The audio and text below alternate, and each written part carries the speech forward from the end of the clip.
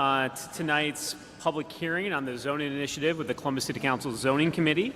Appreciate everyone taking the time out of their day to certainly be here with us here down on the south side. And also want to thank our Recreation and Park staff for making this facility available and all the work to keep this open for this important event tonight.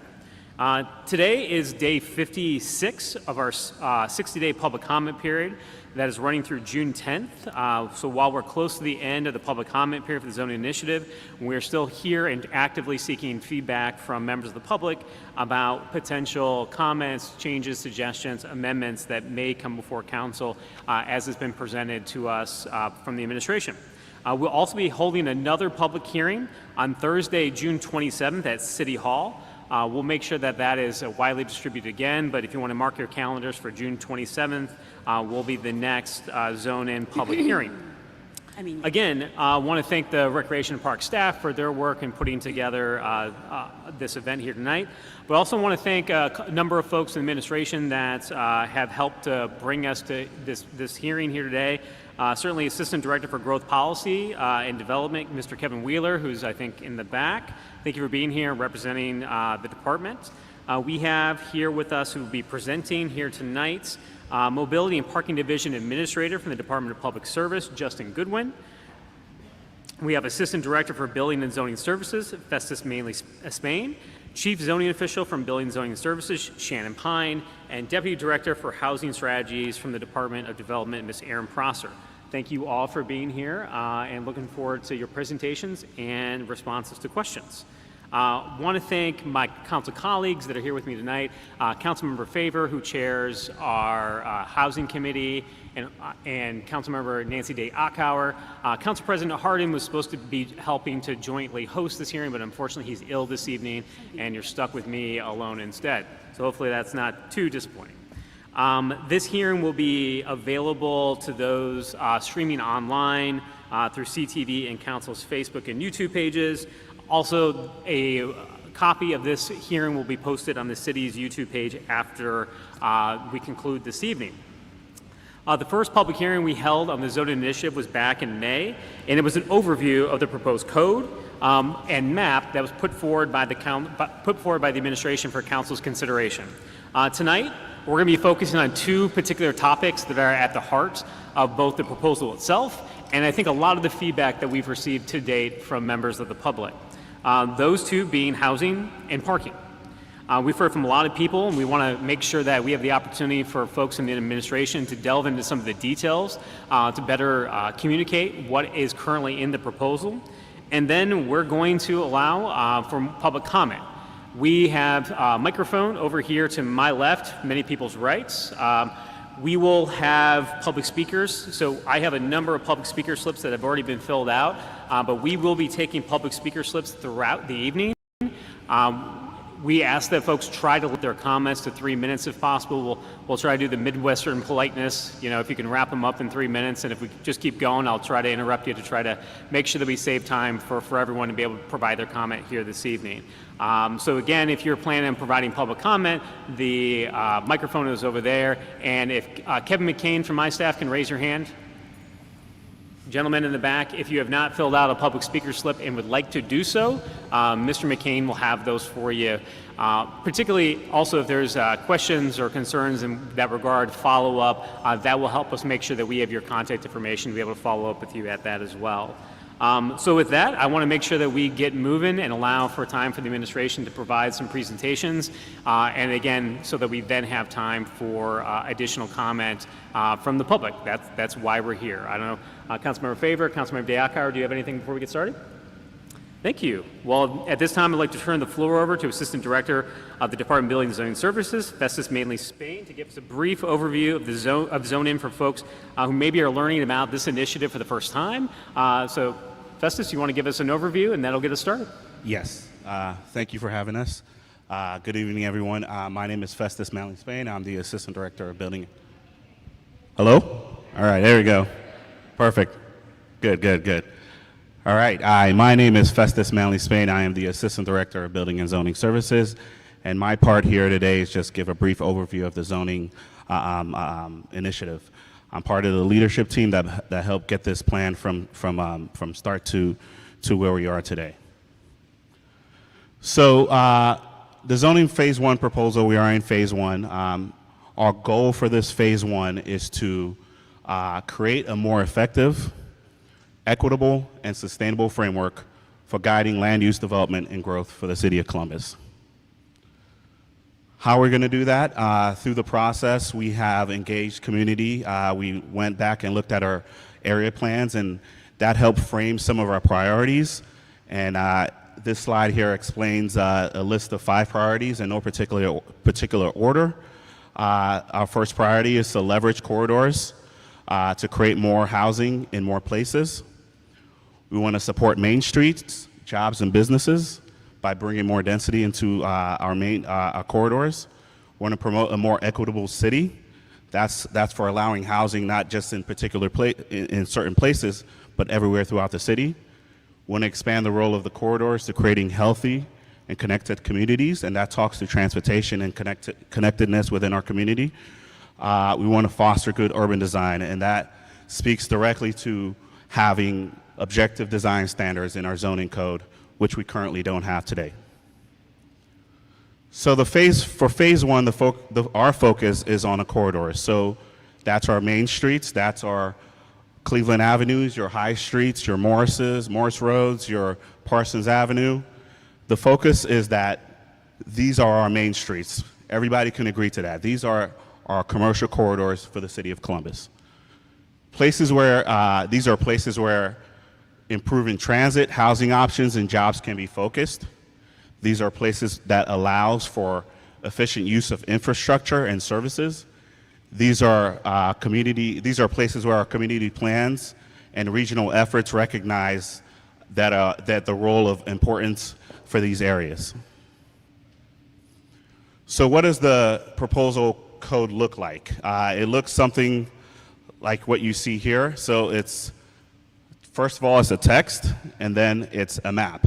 So the text outlines your standards, your definitions, and then the map depicts what parcels are going to be in this phase one, and what district standards apply to what parcels. So zoning regulates these things and how property may be used and the size and placement of the buildings. Zoning consists of the code and the map. So some highlights of the proposal. We look to create 6 new mixed-use districts, and these districts range from different contexts, from your suburban context to your more urban context. We prioritize housing, so allowing a mix of different types of housing in different areas. We're looking to elevate more people over cars, so buildings will be designed to be more welcoming for pedestrians and more oriented to pedestrians and more friendly for walking, biking, and different pedestrian activities. We want to provide clear design and objective design standards, which is something that we don't currently have in the code today. So we want to raise the bar in terms of design and have and build in a predictability for the neighbors and for staff who are reviewing these projects. We want to remove barriers to using older buildings and growing businesses. And the code, as proposed, encourages smaller scale projects and emerging developers. And lastly, protects existing uses. Any questions at this point? All right, thank you. And I'll pass the mic over to Aaron Prosser. Oh, can I have a clicker? Thank you. All right, good evening, everyone. Thanks for coming out. The theme of this council hearing this evening is housing and parking. And so I've been asked to provide some information about how the proposal before us addresses the housing affordability issues that we're seeing in our community. My name is Aaron Prosser. I'm the Deputy Director in the Department of Development focused on our housing strategies. And we're going to talk a little bit about that broader strategy, but most importantly, what we have to be clear about is that in Columbus and in Central Ohio, we need more housing. We have had a lot of folks join our community. A lot of people are choosing to move into this community and into the city. That is not a theoretical challenge we have. Right now, between 2010 and 2020, in the region, we added 313,000 people. If you divide those into households and families that came into our community in net, that's about 121,000 families that moved into our community between 2010 and 2020. That equates to, that's the 121,000 families. In that same amount of time, in our region, we built only 84,000 homes. So that only allowed for a portion of those new residents to have a home that they could move into. In that same time, we had about 14,000 units in the region that flipped over from vacant properties to now being occupied again. So that still leaves us with a deficit of 22,000 residents that we need to have in our community, homes that we need to build in order to keep pace. So when we look out to make up for that underbuilding of that decade, and then looking out to the fact that we know that people will continue to join us in Central Ohio, we need to add about 200,000 units in the next 10 to 15 years in order to, again, make up for that deficit and then also accommodate the folks that are coming into our community. And I think what we have to go back to, when we started the zoning code process, we kicked it off with a program called Undesign the Red Line, because we wanted to make it clear that the housing crisis our community facing is not an accident, and it was not inevitable. It was the result of a series of policies and behaviors over the last 100 years that have led us to a place of having the housing scarcity we have. And there were two main things that happened. There were tools initially, when we look at things like deed restrictions and then zoning in particular, that limited access to high opportunity areas, right? Deed restrictions were very direct in that limitation. Zoning did it by proxy, through increasing housing costs, through lowering densities, and increasing the housing size that was required.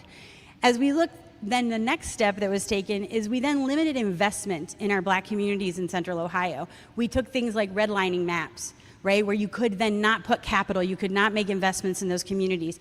And that investment was, again, funneled into the communities that were green lined and yellow lined and blue lined, places that were deemed worthy of that investment. So we limited access in high opportunity areas, and then we limited investment in our Black communities. On top of that, then in the 60s and 70s, we went through a program, Highway Construction and Urban Renewal. That was a deliberate and systemic reduction in our housing stock. Those highways blasted through thousands of homes that were in our community. Urban renewal took out lots of homes in our urban neighborhoods and replaced them, quite honestly, as Justin will talk about in a little bit, a lot of times with parking. And then we get to all of this scarcity, all of this limitation, both in investment and access, and then you add in the 2008 housing crisis. And what happened to us happened all over the country. And what we saw was a loss of a generation of housing. Right? We lost architects and home builders and construction folks. Everyone that was in our community ready to build those homes just kind of vanished overnight. And you can see the dip that it took in our housing production then in the 2000s. And then we get to 2010, where we start to see historic population growth in Central Ohio. So we do not have the capability to build what we used to build. We have all these other structures that are limiting our ability to build housing. And what we end up with is a scarcity of housing.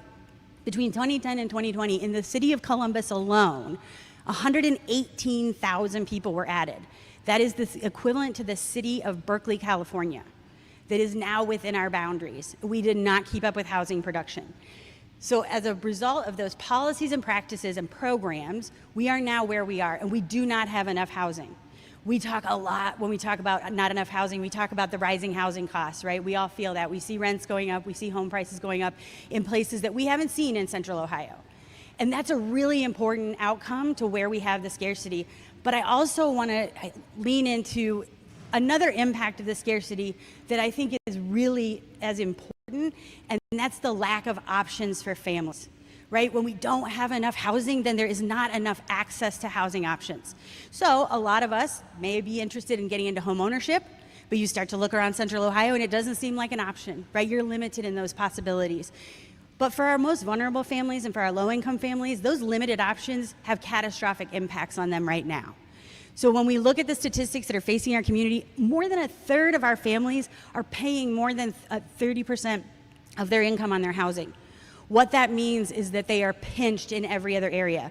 Their ability to maintain reliable transportation, get high quality childcare, all those things are compromised. And a lot of those families are doing so in order to stay close to access to jobs or education, and they're having to pay more to stay close to those opportunities.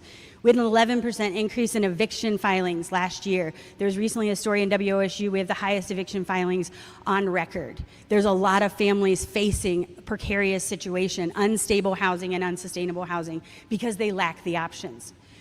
We have families living in deplorable housing conditions because if there was enough housing, they would make a different choice. But they're stuck. In order to keep a roof over their head, they're living in housing that is not adequate for them. Not for their families, and certainly not in the condition that we would expect.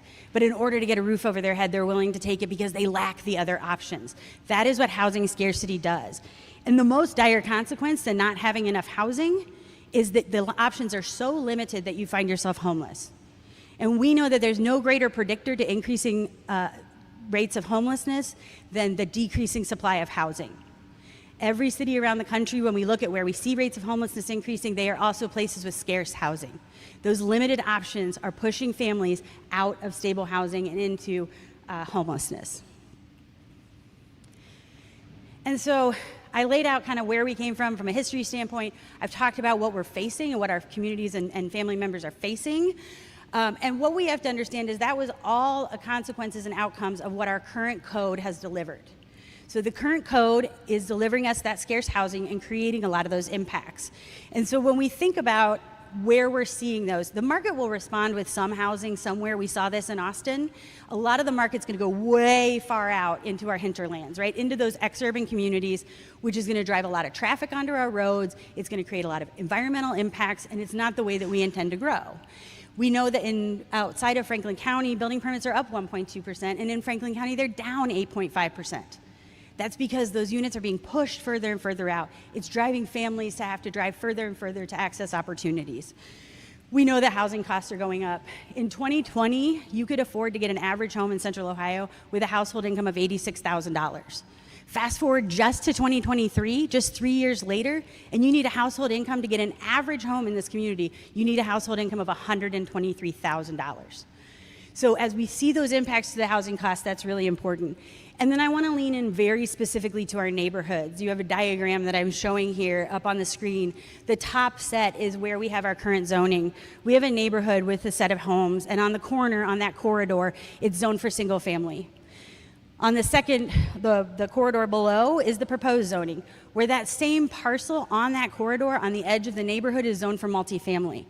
And what we know is in those cases, when we have people that are going to move into our communities, they choose, right? They decide to come into our neighborhoods. They like it for whatever reason, and they opt to move into that neighborhood.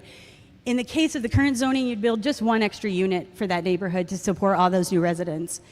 In the proposed code, we'd build a multifamily building there on the corner and able to absorb a lot more of the families that are coming into the neighborhood. And so what the outcome is, and you can't see the gray very well on the screen, but what the outcome is when those 5 people decide to move into the neighborhood, when you only build that one single family house, you have displacement that occurs throughout the rest of the community. When that multifamily building is located on the corridor and can absorb that amount of new residents coming into the community, you see a limited amount of folks taking existing housing stock in order to find housing. And so that brings us forward to the proposal before you all and council for the consideration of really thinking about what the opportunity is. And we have this incredibly privileged position because not only can we look back and see what the outcomes of our growth under our current code and what's happening to our community right now and what the impacts are, we can also look at other cities, right? We can look and see who did it well and who's still struggling to keep up. We look at Minneapolis. They did a similar effort to what we're proposing in 2015. Between 2015 and 2022, or 2017 and 2022, once those changes were intact, they added about 10% of their population. They were growing, maybe not quite as fast as we were, but they're growing. They added 12% more housing stock, so they exceeded their housing stock. And what they saw was a rent rise of just 1%. Those equivalent numbers back to Columbus from 2010 to 2020, we saw a 16% increase in our population, right? We saw that growth happen between 2010 and 2020, so a little bit more than Minneapolis saw. We also saw just a 10% growth in our housing units. So again, we're deficit, right? That 16% growth is higher than that 10% of housing production. In that period of time, our rents rose 24%. It matters that we have enough housing. And we can see that in cases like Minneapolis, that interventions like this are really meaningful to slowing that housing cost increase. We also know that it improves transit, right? Busy transit is the best transit. And we know that it takes about 5 to 7 dwelling units an acre to constitute a 30-minute headway bus route, right? If you want to catch the bus every 30 minutes, you need about 5 to 7 units per acre to support that transit system. If we want to get into better transit, we need to be up even higher than that. For comparison, a single-family neighborhood would be about 5 dwelling units an acre, so not quite enough to sustain housing or sustain transit. I think it's really important when we talk about the impacts of new housing. New neighbors are new customers. They bring businesses support. If you want to see more coffee shops, more grocery stores, we need more people shopping there. We need more people dining there. That's really important to have those neighbors in the area. It supports our small businesses to have those new neighbors in our community. And finally, it reduces sprawl. We've been playing around with some numbers. As you think about, as you might have heard, the proposed zoning code would allow us to, on our corridors alone, add 88,000 of those 200,000 units that we need in the region. Those 88,000 units focused on just 4% of our city, adding customers, adding riders for transit, getting us all those benefits along the corridors. If we don't build them there, back to the market will respond way out in the exurbs like it did in Austin, then we would be looking at just the lots alone are going to add quite a bit of ground. I think we're going to be in about 30 square miles.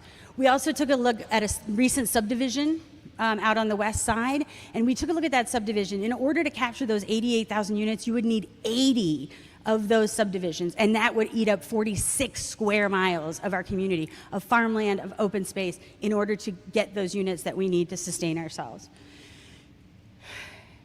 And then finally, just, we are doing multiple things at one time here in addressing our housing crisis. We have to look at the system, which is what we're doing with the proposal with Zone In.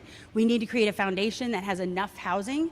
We are aware that it doesn't answer all the needs that are facing our community, and we have to have acute interventions to support the families that are having impacts today, and that's where the rest of the Columbus housing strategy can come in. We have affordable housing bond dollars that were approved by the City of Columbus voters that allow us to invest in affordable housing. We've been deploying multi-millions of dollars in emergency rental assistance to support vulnerable tenants, and then we continue to support our low-income homeowners that are in vulnerable neighborhoods. And finally, the proposal not only delivers enough units, but I think one of the key factors also is that it allows us to incentivize the inclusion of affordability. Back to those original slides I talked about where we limited access in some neighborhoods and then restricted investments in others. What that outcome is economic segregation. And what we have is very limited opportunities, depending on what your income is, to access opportunities. When we look at inclusive housing policies, we're limited a little bit by the Ohio Revised Code, so we're stuck a little bit with how we can do it, and we have to incentivize it. And so we've coupled it, as required by the Ohio Revised Code, with our community reinvestment policy, allowing those units to get included in the market rate projects, allowing access to all families for those primary opportunity areas. And so I think as we look at what the opportunities are for the proposal, it provides enough housing. It provides the opportunity for a much wider diversity of housing, right, meeting all the needs of our community members by allowing more flexibility in the zoning, and it allows us to include affordability in market rate corridors. I'll be here this evening to answer questions as you guys are here. I'm going to pass it over because, again, as I mentioned in the beginning, this is about housing and parking. So I'm going to hand it over and I'm going to let Justin Goodwin from our Public Service Department talk about the proposal for parking, and not only how it relates to the broader goals of the city, but specifically how it addresses housing affordability as well. Okay. Good evening. Again, I'm Justin Goodwin, Administrator for Mobility and Parking Services in the Department of Public Service. I oversee public parking operations for the city. That's why I'm here today to speak about parking. And parking is one of the pieces of the code that's gotten a lot of attention since the proposal has come out this evening, in the past couple of months here. The proposal is for a market-driven approach to parking to provide for more flexibility for projects to respond to changing market demands for parking. as this slide emphasizes, this is not a prohibition on building more parking in the new zoning districts. Just want to get that out there because we've heard maybe a little bit of confusion when the term no parking minimums is said. It simply means that what the code would do is no longer require specific developments, specific uses to always provide a predetermined set one-size-fits-all parking amount. And I'll get into a little bit more about what that means. So why are we having this conversation? Initial assessments of our current code, which is quite dated by many decades, found a mismatch between our parking requirements that are in the code today, what the market is actually demanding for parking as new development is occurring, as well as with broader city goals around things like walkable development, using transit, and other things that Festus talked about earlier this evening. And parking reductions are the #1 type of variance requested year to year. There are many, many variances for lots of different types of things in the code that are requested. Parking's the #1. And when a code requirement is consistently requested to be varied over and over again, it's a sign that something isn't working in the code, and it's time to reconsider that requirement. So Aaron gave a little bit of history of how we got to this point in terms of the housing crisis. I'm going to give a little bit of history. Sorry if folks didn't think you were getting history lessons tonight, but a little bit of history on how we got here in terms of parking.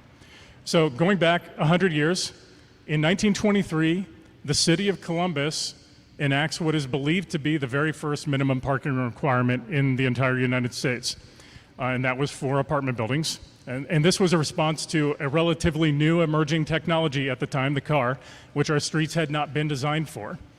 And so this was a policy solution to address a new problem. Where do these new things get stored? There's not a lot of space. And it did help to solve that problem at the time. But what ended up happening is many other problems followed from that policy decision. Now, up through the 1950s, our main streets, our main thoroughfares really serve as the center of community life for various neighborhoods throughout the city. This is a parade going down Mount Vernon Avenue in the historic Bronzeville neighborhood on the Near East Side in 1949. But zoning and parking requirements are soon going to make it impossible as we move through the coming years to build these types of places that people congregate and celebrate and conduct commerce. Through the 1960s and 70s, highway construction enabled development outside of the city core. New development types like indoor malls started to provide free and abundant parking. And this started to inform the development of parking standards that eventually became codified into zoning laws. Also, during this time, downtown Columbus and downtowns throughout the country are now competing with the suburban malls and shopping centers, and they begin to make the decision to tear down buildings that we would now have considered historic and replace them with parking lots and parking garages, and also to accommodate suburban commuters who are now coming into downtown. This also starts to happen on our main thoroughfares outside of downtown. So the historic walkable character starts to change over time. New development is required by zoning to take on a more auto-oriented use. And again, those parking requirements that are a large part of how sites get designed have largely been based on observations of parking demand in more auto-oriented places that don't have transit, don't have many sidewalks, or lower density. And so what has happened over time is our zoning law has essentially forced our walkable corridors to take a different form and become less walkable. Aaron mentioned redlining and urban renewal. Again, the Bronzeville neighborhood, this is a prominent example of an area that was redeveloped through the urban renewal program. And this area was a much more urban and walkable area. It was redeveloped in a more suburban zoning pattern with suburban parking standards. But it's worth noting that today, and this is that area today, 35% of the households in this census tract don't even own a vehicle. But a lot of this area is surface parking. So this is Mount Vernon Plaza today. And just by point of reference, this is the very same spot where that parade took place back in 1949. So these types of more people-oriented, walkable places served by transit, which used to be the norm, now are very difficult to rebuild, to reintroduce, to bring back that character. Zoning is a big piece of that, and minimum parking requirements are a big piece of that. Now, the good news is Columbus has been taking steps over the past 25 years to address some of these unintended and undesired outcomes by right-sizing our parking requirements. So what we're talking about today is really the next step in this progression that we've been on for many years. So in the late 1990s, the urban commercial overlays were created. This included reducing commercial parking requirements by 50%. And this is an example of a development built under the UCO. Also, downtown, all minimum parking requirements were removed. Downtown hasn't had a parking requirement in over 25 years. About a decade later, there was a major overhaul of the entire parking section of the zoning code. For most uses, minimum requirements were reduced. And then more recently, there have been special parking areas and special districts that have had further reductions in the minimum parking requirements, both for multifamily, residential, and for commercial. And in some cases, for small-scale commercial uses, no parking requirement whatsoever. So we have been taking these steps to try to correct some of the issues that have arisen over the decades from minimum parking requirements. So I mentioned downtown hasn't had a parking requirement in 25 years. All of the red on this map is showing today the area of the city that is still parking, whether it's surface parking or structured parking. About a little more than 25% of downtown is still parking, over 100,000 parking spaces.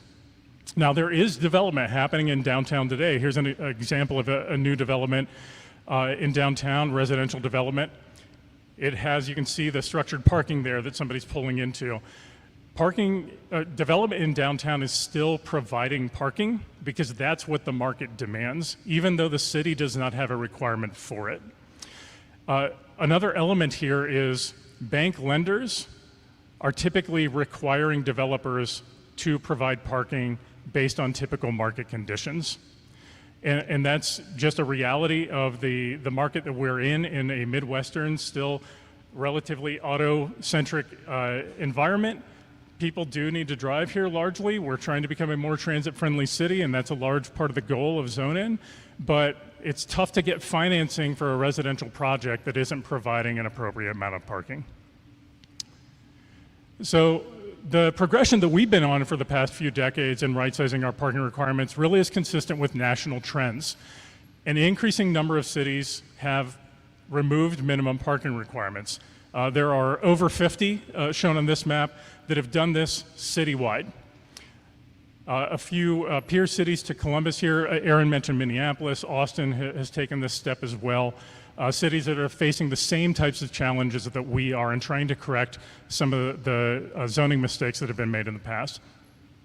There are hundreds and hundreds of more cities that aren't on this map that have taken other types of parking reforms as well. And why are they doing this? Many of these cities, about 100 of these, have adopted parking reforms specifically to support transit and transit ridership. And many of these cities have fully eliminated parking requirements in their transit corridors, while still having parking requirements in other areas of the city. Many cities are also relaxing the requirements specifically for affordable housing and increased housing supply. So you might be wondering, well, what's the connection here between parking requirements and things like transit and housing affordability? Well, first, to understand how parking requirements can be a problem for transit, we need to understand that more parking leads to more traffic. I think there might be one thing that everybody in the room here tonight might agree on, maybe it's just one, is I don't think anybody wants to see more traffic in Columbus as we grow. And the reality is there's compelling evidence through a lot of studies that the more of a supply of parking that you have, the more it induces people to drive. And that's counterproductive to transit. And what we really want to do is, as we grow and add people to this region, we want them to have viable options to not have to add another car on the road. Now, parking takes up space, and minimum parking requirements typically result in more space being allocated to parking than to actual housing space. So this graphic is showing the dimensions of a parking space compared to different sizes of apartment units. And you can see a small micro unit, a studio apartment typically designed for one person to live in. It takes up the same amount of space that 2 parking spaces take. And a 1 or a 2 bedroom apartment might take up about the same amount of space as 4 to 5 parking spaces. So when you multiply this across the scale of a city, you end up building more spaces for cars to be stored in than for people to live in. And ultimately what that means is minimum parking requirements often have the functional effect of limiting housing supply.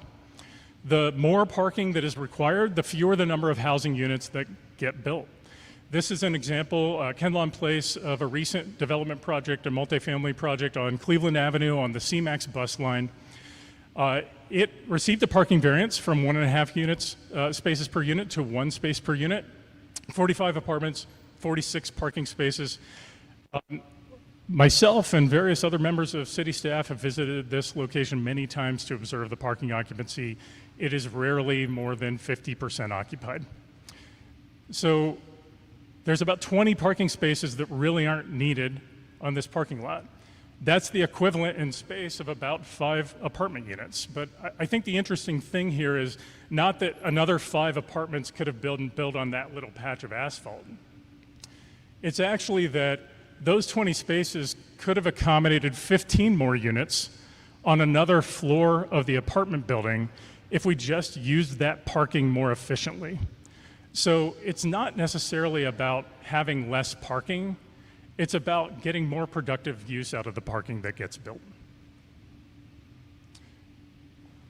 Now, if we do have an oversupply of parking that is in large part required by outdated requirements, the impact of that is the costs are passed on to renters and to homeowners. Everybody pays for parking, whether you know it or not. A lot of times the cost of parking is hidden in other costs and fees. A study a few years ago found that bundling the costs of structured parking into a housing unit's rent has the effect of increasing the rent by about 17%. So the cost of a structured parking space is about $35,000. To build underground parking, it can be up to $50,000. And even if you don't see that cost as a line item on your lease, you are paying for it. It's being passed along. And if we're requiring more parking than is actually needed, because not everybody necessarily needs or wants a parking space, they end up paying for it anyway. And that results in some inequitable outcomes. There are over 30,000 households in Columbus that don't own a car. Some of that is by choice, and people live in areas of the city where they can get by. That's not possible everywhere. Some of it's due to life circumstance. It may be a disability or economic considerations. But what we do when we have a minimum parking requirement that assumes that every single household owns a car, or even multiple cars, which many do, but not all do, what we're doing is building in through law a requirement that ends up having a poor outcome for people. And so what we're talking about is trying to right-size the requirement.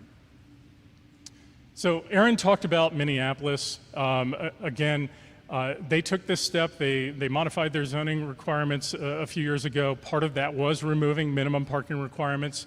And a little case study of a project here. This development, it's just south of downtown Minneapolis, mid-rise apartment building, 75 housing units. These are small units, the smaller ones I showed on the previous slide, 28 parking spaces. So take a closer look. This is the project. So the parking here is on the ground floor of this building. It's a pretty efficient site. There's a little lobby space, amenity space for people to walk into from the sidewalk, and then the units are above. So this is parked at less than a half a space per unit parking ratio. Now, if the parking requirement were, say, 1 space per 1 unit, how do we get more parking spaces on this site? There are a couple of ways to do it. You could dig down underground. You could add structured parking and build a taller building.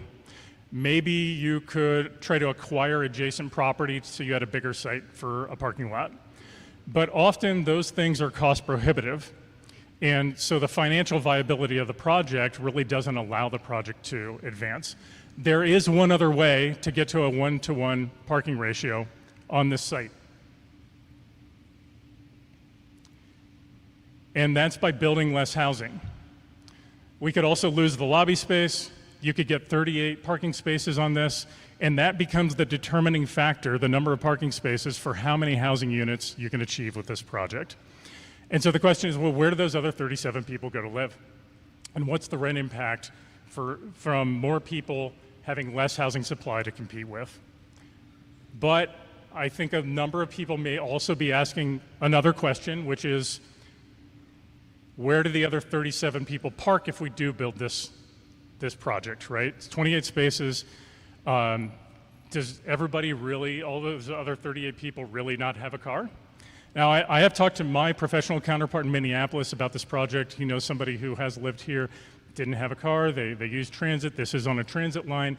There is a market demand for that, but not going to presume that all 38 of those people don't have a car. Some of them might. Some of them maybe are purchasing a parking space somewhere else. That happens. Shared parking arrangements happen. There are lots of different ways that this can happen. But I think a concern that we've heard is, well, if a project like this happens through the zoning code, or maybe something even bigger with a low parking ratio, are we going to end up with overflow, spillover parking onto surrounding neighborhood streets? Is it going to create a parking problem for us that have lived here for a long time and not had a parking problem? It's an understandable question, which brings us to the proposal and the strategy that we've developed for Zone-In. So this is really two pieces. One is a parking strategy that's aimed at, as I've talked about already, right-sizing the parking supply in support of more housing, more walkable neighborhoods, and less reliance on driving.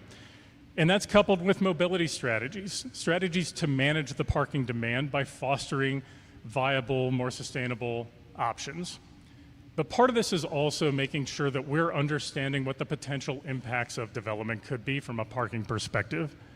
So already today, my department and my division administers a parking variance review process. So we have guidelines in place that help us determine when it might be appropriate for our staff to recommend approval or disapproval of a requested parking variance. And as part of that process, we ask an applicant, a site applicant, a home builder, to conduct a parking study, to collect data. I know you can't see all the details there, but to go out and count the number of cars on the street. How much parking supply is there? How much parking demand is there? Is there enough space for additional parking on the street? If there's not, then we work with the developer. What can we do to mitigate the potential demand? We don't want to create a problem in the neighborhood. So what our proposal includes is taking that process that right now only gets triggered when somebody requests a variance and actually just making it a standard operating procedure for any of the projects that would be developed in the new zone-in districts. So there would be a technical site plan review that could inform, based on objective criteria, if a parking impact study is necessary, and then the results of that impact study would inform, are there some things that we need to do to mitigate potential demands on surrounding neighborhood streets? And the goal here is to do a couple of things, to make sure that we're working with site applicants so that we know how we need to be managing the curb adjacent to the development. Do we need loading zones, handicap parking zones, places for rideshare, those types of things that are emerging need on our city streets, and also to maintain access to parking out in the neighborhoods surrounding nearby these developments. So this proposal would be implemented through a new companion piece of code that we're developing right now that would be advanced alongside the zone-in proposal. So when we think about mitigations, what determines that? It's really a combination of the size of the development, how big is it? how much parking is actually getting proposed, and again, what's the surrounding parking demand and the surrounding context of the surrounding neighborhood streets. So a small project that has a high amount of parking provided and it's in a low parking demand area, it might have low or no mitigations needed. If it's a larger project and providing a small amount of parking and it's already in a high demand area, more mitigations. So what do we mean by mitigations? For projects that might have a projected moderate impact on surrounding parking demand, then we would have some options for a site applicant, for a home builder to choose from. That could be things like providing car share for the tenants, or transit passes. We have the C-Pass in downtown, or the Shore North has a C-Pass program that are transit passes for employees. Something like that could be done for residents as well. And for projects that might have a greater impact, the consideration of a parking management fee. So that would be a fee that would be paid into the operations of my division. We administer the on-street parking operations. So in areas where we may need to come in and more proactively manage the on-street parking, in an area where we don't really do that today.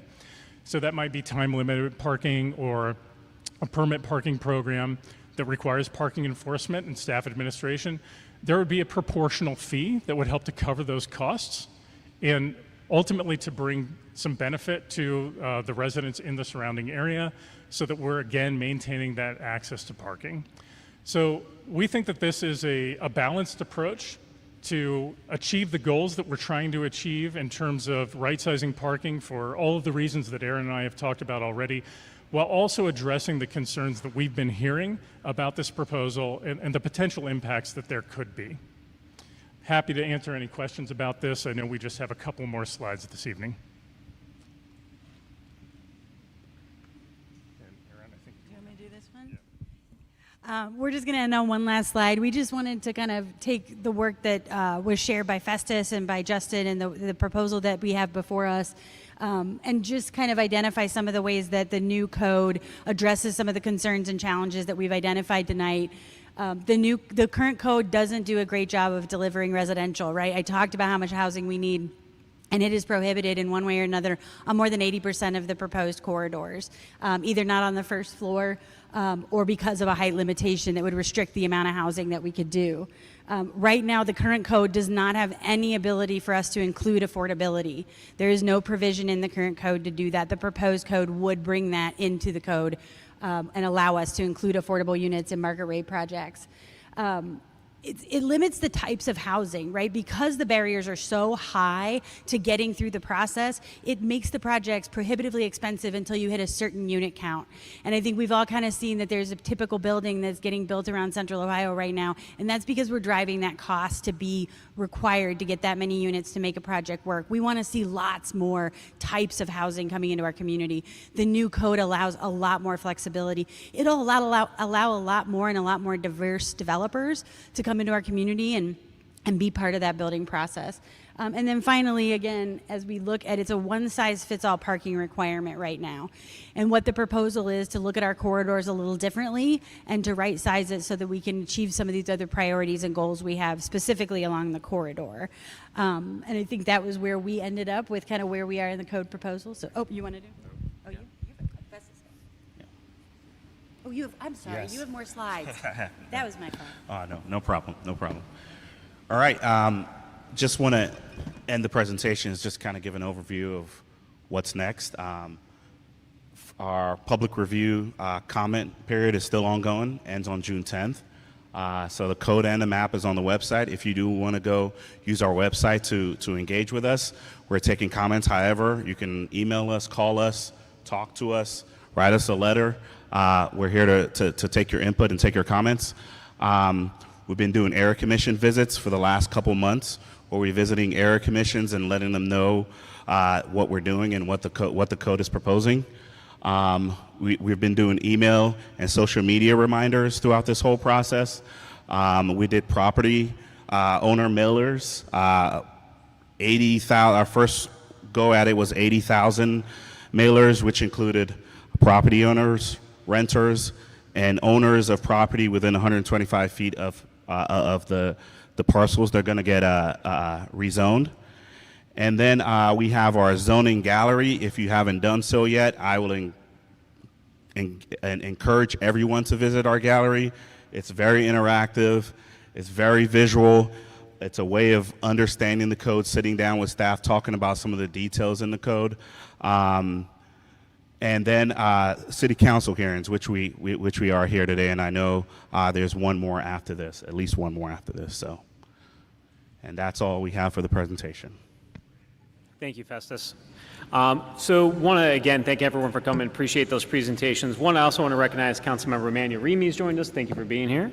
Also, a couple things I want to emphasize before we get into public comment. One, just sort of underline, when we talk about phase one, so we're talking about 12,300 parcels that are included in this phase one. That's about 4% of the city. So the vast majority of the city is not touched by this first phase. So when we talk about these different zoning districts, when we talk about these different parking issues, these are applied to that 12,300 approximate parcels across Columbus. So just about that 4%, again, on those main corridors across our city. Want to talk about what's next. So one of the reasons that we're having these public hearings is that we're currently in this public comment period that will end on June 10th. The goal is for us to be able to evaluate all the comments that we've been provided to date. At that point, council will review the proposal against the comments and suggestions that we've received from the public, and we'll take probably about a month or so to review those and determine whether or not any amendments will be made or offered to the legislation that was proposed by the administration. At that point, towards the end that I mentioned earlier, that the next public hearing will likely be a review of those potential amendments that council may bring forward based upon the public hearings and public comments that we've had. If you have not been on the Zone In website, that is one of the most efficient ways to provide specific feedback all the way down to the parcel level. So if you can go, if you've got one of these handouts in front of you towards the last, second to last page, the columbus.gov/zoning update will take you to that website. There's an interactive map where, again, you can zoom into individual parcels and give comments, suggestions, criticisms, et cetera, with regard to what has been proposed for that specific parcel. If you want to leave a longer comment, there is space limitations on that website. Would encourage you to send those to zoning@columbus.gov. We have a system in place that will help to aggregate all of those different comments so that council will have the ability to review those. A number of folks, I believe, that are here today have also provided written testimony for this hearing and for this overall. Those are all being categorized in the same system as well for council's review. If you have a comment that you want to make here tonight specific to a parcel, there are iPads in the back of the room. Again, Mr. McCain back there has them, where you can sort of demo that website and specifically see, as you can drill all the way down to the parcel that you may be of interest in, either one that you own or one that's in your neighborhood, determine what has been proposed and share your feedback for that. So with that, we want to turn to public comment. That's ultimately why we're here today. I'm going to call individuals up, and I sort of preemptively apologize if I get your name correctly. Please blame my head and not my heart. I'm going to try to do my best to get that as correct as possible. But again, we want to keep folks to 3 minutes to make sure we make space for everyone that's here tonight. Again, if you have longer comments, we would certainly welcome those in written form. I'm going to call a speaker. Please let us know your name or if you represent any specific organization. I will also call the next speaker. So we'd like to have folks who are coming to speak head over to the microphone, and I'm going to call a second speaker that will be hopefully come up there so we can keep this moving to make sure that, again, we're making as efficient use of folks' time as possible we can this evening. The first speaker to come before this council hearing is Mr. John Rowe, and the next speaker after Mr. Rowe will be Elizabeth Kreil. Mr. Rowe, welcome. Yes, good evening and thank you. First of all, I'm a longtime South End resident, taught at the old Worley High School where the fire administration building is, and retired from the South High Branch Library. I just have a couple of concerns. Basically, I'd like to get an idea of who the developers are that are developing this area, and how much will they contribute to the restructuring of the infrastructure for the area. And the other concern is, will they be given excessive tax abatements, and then we local residents end up with higher property taxes?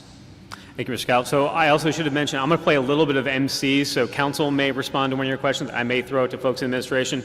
Again, if we can't answer a specific question here tonight, we've got everyone's information, and we'll do our best to try and follow up. So there's no like specific housing provider or anything that is driving this area or that area. I think one of the things that we see at council as the chair of the zoning committee is that we've got certain housing providers that are active in certain areas of town, certain types of projects. So there's no one individual or a group of individual housing providers that are certainly driving or anything. Right now, our code is reactive in the sense of typically what happens is that we have a housing provider that comes and says, I would like to do X, Y, and Z on this parcel. And because our code is so old, typically almost everything needs a rezoning or a variance because the code has not been redone in so long. So one of the goals with having it updated is to have very clear expectations on the front end. So many times that is one of the things in which why folks have to go through such a long rezoning or variance process is because the code is so outdated. This parcel says you could do X, Y, and Z on it, but we have not updated that in decades to actually reflect what actually is the development patterns of that neighborhood today. So it's a little bit difficult to say who is going to be building what and where, other than the code is trying to basically create a key guardrail to say, if someone wants to develop this property, here's what you can do with it. And again, the whole goal is that, again, sort of update it for the 21st century, but also update it in a way that provides a little more flexibility within the process, but also bakes in design standards. And I think that's something that was mentioned here a little bit ago, was one of the things that we've relied upon our area commissioners and folks at our civic association for so long is to really to negotiate about design elements to buildings because our code doesn't have any of that built into it. This is a big change to build those things on the front end, actually to make sure that that's an expectation of folks at the beginning of it. I guess, I'm sorry to interrupt you, but I guess one of the concerns though is, as our property taxes keep growing up, the burden is coming back on local small residents like myself, and especially with the tax abatements driving so many of the things that we don't have the opportunity to take care of ourselves. It's just, I'm afraid that the tax, we're trying to get more developers in, more business in, but we're giving tax abatements and the burden is passed on to local residents who are trying to make a living now. Well, I think one of the things that's been certainly when we talk about the increased valuations of properties, I think everyone in this room, got that letter in the mail from the auditor this past year saying, hey, your property value is going up X, Y, and Z. I mean, one of the reasons for that is because there's been such a limited amount of housing that's been built in Central Ohio.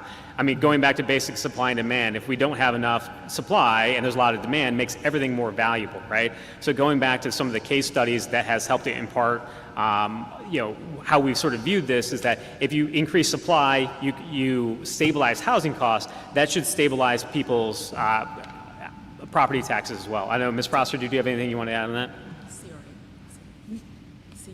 Oh, yes. So I can address the tax abatement questions, right? And as we look at it as a tool, it is really critical to getting a lot of really complicated housing projects across the finish line, and it's helping us deliver units.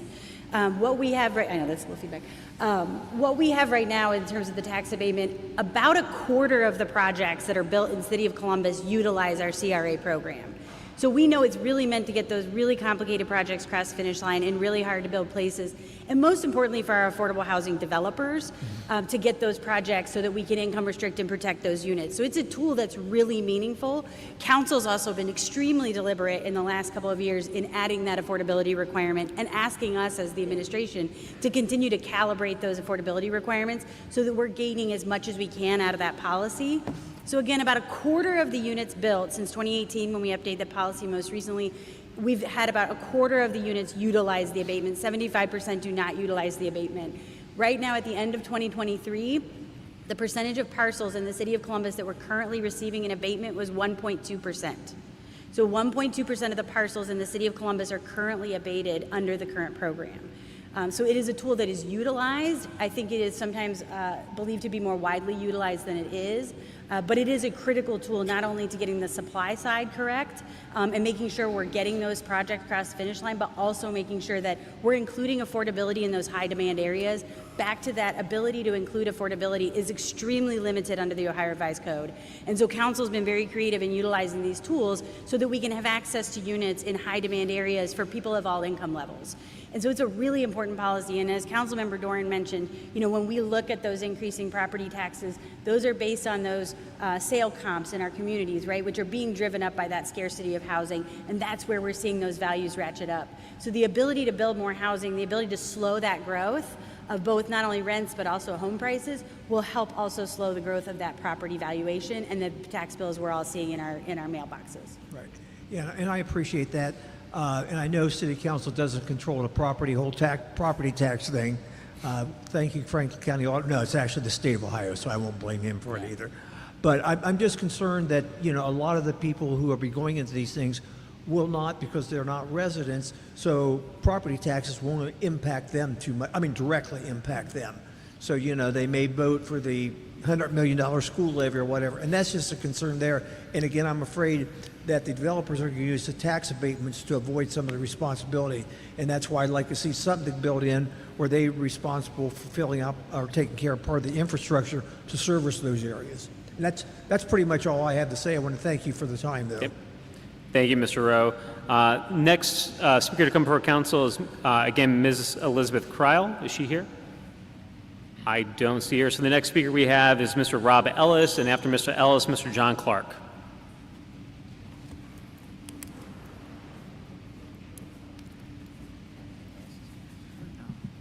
Honorable members of City Council, I'll just be speaking some comments about as a development we have coming up. As we gather here today, I'm reminded of the visionary leadership of Mayor Ginther and the importance of collaboration in shaping the future of our beloved Columbus. Mayor Ginther's dedication to equity and opportunity has set a precedent for progress that we strive to uphold in our endeavors at Pink Development. Mayor Ginther once said, "When we work together as a region, all of us benefit, the people of Columbus, those who live here, work here, study here, travel here, and those who are choosing to put their roots down here." His words resonate deeply with our commitment to collaboration and community empowerment. At the forefront of Mayor Ginther's agenda, the Zone In, a bold step towards modernizing our zoning codes and better serving our growing community. The initiative reflects our shared commitment to innovation and inclusivity, and we stand firmly behind it as a catalyst for positive change. We have a proposed development currently called Franklinton Ivy Residences, identified by zoning application Z24-021, that embodies the spirit of Zone In and all the initiatives that you guys have brought in today. We're seeking to revitalize a vacant piece of land in a manufacturing district, and through rezoning to a commercial plan development, we'll be able to go 200 feet and deliver 162 affordable micro units in a thriving mixed-use community. The 0.1 acre site holds immense potential. Of those 162, we've actually doubled the tax abatement minimums. We're committing 46% of the units for affordable. That's 22 units for 80%, 22 units for 100%, 22 units for 65%. And from the savings from parking reductions, as well as the tax abatement and partnerships with Franklinton area groups, we're committing 8 units to rapid rehousing vouchers, which is going to allow us to reach the 35% AMI, which is almost never seen in new development. So we're very thankful of the opportunities. We've committed and worked with the neighborhood groups. A lot of the commissions don't actually have those direct partnerships. We've reached out privately to those directors. We have support from the Community Shelter Board as well for those commitments that we've made. The last thing I'll say, Florida signed in the state of Florida, I live in Miami now, you can bypass all zoning now if you commit 40% or greater of the development to affordable units, and that's a 30-year commitment, and that allows you to go for the highest density and the highest height within a mile. That was a governor-signed bill that went into effect and was modified 2 years ago with one of the best zoning attorneys in Miami. They worked in conjunction. So we personally believe that the answer to solving the affordability is the micro units that you saw, the parking reductions that you talked about. We support maximum or unlimited density districts, minimum to no parking requirements, maximum height or no height requirements. We would have gone taller on our site if we could have, and maximum affordable impact. Thank you, Mr. Ellis. Appreciate that. I'm looking forward to seeing that project come through the process. As you just heard, that was our polite bell, so that'll let folks know if you've hit that 3-minute. But our next speaker is Mr. John Clark, and after Mr. Clark, we'll have Mr. Dan Haynes. Thank you. My name is John Clark. My wife and I have lived in German Village for over 32 years now. And before I begin my comments, I've been asked by Tim Bibler, the head of the German Village Society Parking Committee, to comment and ask a couple of questions. And Justin, maybe you can help us with this. He said at the last community forum, the panel said it would be sharing with us at this community meeting the answers to a couple of questions, and that is, what is the remedy for a lack of needed parking once a development is built? Because we were told that once a development goes up, if the city finds there are problems, then there can be adjustments made. And the other question he has is, why do your plans not require parking studies for new structures? That would seem to make sense to us. Mr. Goodwin? You just talk. Thank you, Mr. Clark. Well, as you know, we are in the process of completing a German Village parking management plan right now. So I think that's an example of a case where we are proactively taking a neighborhood-wide look at a particular area for adjustments to parking management on the street. And obviously there are some developments, and one in particular that's under construction right now in German Village that has been a point of concern, and I think that may inform part of the question regarding what might happen if you find an impact after the fact, right? Well, I think what I described here tonight is an opportunity for us to be more proactive. What's really happening now is through our variance review process. The end result is typically to try to avoid pursuing more active parking management on the street. Should an impact arise later, then we would have to come back to the community and have that conversation. And this kind of flips that around, and it puts us in a position to be, through parking study, identifying if there's the potential for an impact, then we'd be prepared for that, and we'd be making sure that the site applicant is paying that proportional cost. For instance, if we would need to implement a permit parking zone that we didn't have one today. So we think this is a more proactive approach that puts us ahead of some of those issues. Your other question, I believe, was about parking structures specifically? Well, no, buildings, say apartment buildings or any kind of a business where not enough parking has been designed into the project to begin with. And I believe the panel had said last time that if something like that were to happen, then the city would deal with it afterward. And we're just wondering, how would the city deal with it afterward, after the building goes up? Yeah, I apologize. I'm not quite fully familiar with the context of the remark that was made about that particular item. I think your parking mitigation strategy is what he's asking about. That Okay. after the fact, you could go back and. Yeah. Okay, I'm sorry. So, yeah, the mitigation strategy that I described earlier, essentially what this does is it allows us to be monitoring the impacts of development over time. And so we're at the table at the beginning of the development review process. We understand what's getting built. We've identified the potential for a need for mitigations. I think you're asking, well, what happens if we got it wrong? Right. Yep. I'm not going to guarantee that we get everything 100% correct right out of the gate, but this allows us to monitor and to continue to collect data and to understand how changing parking demands are evolving over time. And as part of this process, we just had this conversation earlier this week, we would be actively monitoring it and revising the criteria associated with it. So if we're seeing that something's not quite working as expected, then we would monitor and adjust and move forward from there. And if that means that we didn't identify an impact, but there was one, then we'd come back and have that conversation with the neighborhood about what do we need to do to make sure that we're managing the street appropriately. But wouldn't required parking studies eliminate any doubt to begin with? That's the goal. is to early on identify the most likely potential for impact.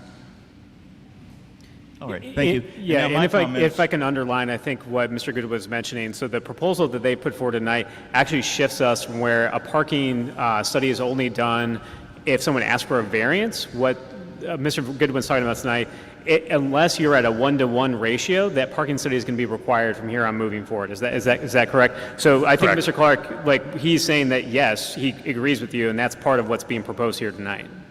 All right, thank you. Correct. Now my comments. I'm generally supportive of your efforts to streamline zoning to create more housing more quickly. And by the way, I'm speaking only for myself here. But I'm very concerned about the new code's effects on historic preservation, especially in my own neighborhood. As I'm sure you're aware, German Village is a nationally recognized and locally beloved neighborhood. It's a very big reason why a lot of people visit our city in the first place. They want to see it and experience it. We've been practicing successful urban renewal there for almost 65 years, and it shows. In your rush to update the city's zoning laws, though, I believe you're contradicting city code, namely the German Village Guidelines, which you codified in 1989. Generally speaking, the guidelines do not allow for buildings taller than 2 or 3 stories. Your changes would allow development along Livingston Avenue within our boundaries up to 7 stories high. Our guidelines, which again you approved 35 years ago, also call for a sensible amount of parking. Your changes, of course, would allow developers to decide how much parking they want to provide for their buildings, including, as we've discussed this evening, none. City officials have said no developer would construct an apartment complex or a hotel or a mixed-use building without adequate parking. For one thing, they say, developers would not be able to get loans if they disregarded Mr. Clark, if you necessary could parking. wrap this up, I'd appreciate it. We know this is not true because before COVID, we had a developer ask the German Village Commission for the right to build a 150-room hotel on Livingston Avenue with no parking for guests. He already had the funding, and he said if guests came in cars, they could park on the street. Thankfully, our commission answered with an emphatic no. And please allow me, because the first part was on behalf of someone else, I joined the German Village Society in urging you to eliminate the 18 blocks that are within our historic district, created by the City of Columbus and recognized by the National Trust for Historic Preservation from the proposed Livingston Avenue corridor. Now, I'm not related in any manner to the Zimmerman Family Trust, but I became very interested in it during the last forum. When Sam Zimmerman spoke, he said the 20-acre tract of mostly vacant land that he controls would be perfect for multifamily housing, and that's exactly what he would like to put there. Already there's multifamily housing to the north and to the west, the 6-lane Henderson Road to the south, the Olentangy River Road and 315 to the east. It's near some of the largest employers in Columbus, along with Olentangy Trail and other amenities. But your new housing zoning corridors do not include this land, which would provide for up to 400 or more multifamily housing units with parking. Sam Zimmerman said he had no idea why it was left out, and we've not been able to determine that. The only thing we know is that Mayor Ginther lives in a neighborhood of generally upscale single-family homes across the street. And on the topic of historic preservation in general, I don't have to tell you that Columbus does not have a good track record when it comes to preserving historic buildings and neighborhoods. The Farm Crest Bakery building, known for its rare type of mid-century architecture, came down in recent weeks, just after being added to the Preservation Ohio's most endangered list. And now it appears the same fate awaits the old spaghetti factory, or spaghetti warehouse rather, also known as Crystal Ice Manufacturing Building, a structure that is so vital to the story of the 1913 Franklinton flood, which claimed 100 lives. and I'm wrapping up, I promise. The city needs to make sure that the public and local preservation groups have enough time to look for alternatives, demolition, once a historic building is marked for removal. Landmarks Columbus would like to see a 120-day period, and I think that's fair.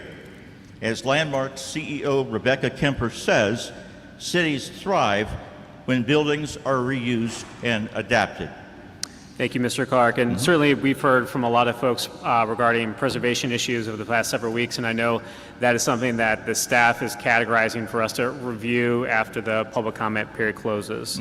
Next speaker to come for council is Mr. Dan Hayes, and after Mr. Hayes will be Mr. Josh Tomey. When will we be able to hear from you regarding our concerns in the village? So the whole goal of the public comment period is for us to hear from you all and then for us to evaluate those comments, and then at the next public hearing we'll be reviewing potential amendments to the proposal, and then folks will have an opportunity to weigh in about those amendments at that point. Okay, great. And just one other thing, do you plan to finish Articles C and D of the zoning plan before you vote on the overall plan? Right now they're completely blank, I believe. I'm not quite sure what you're referencing at this time. Ms. Pine? Okay. Those articles are reserved for portions of the code that exist in Title 33 that we are not updating with this first phase of the zoning code update. So they will not be updated? No, they'll be updated at a later time.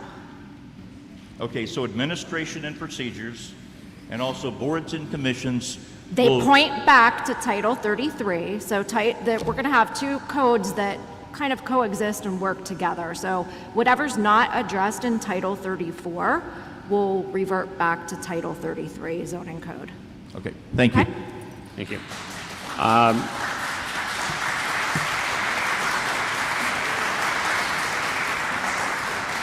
Mr. Hayes, the floor is yours. Hi, I'm Daniel Haynes with the Columbus Architectural Studio. Can you hear me, everyone? We can, yep. Okay, great.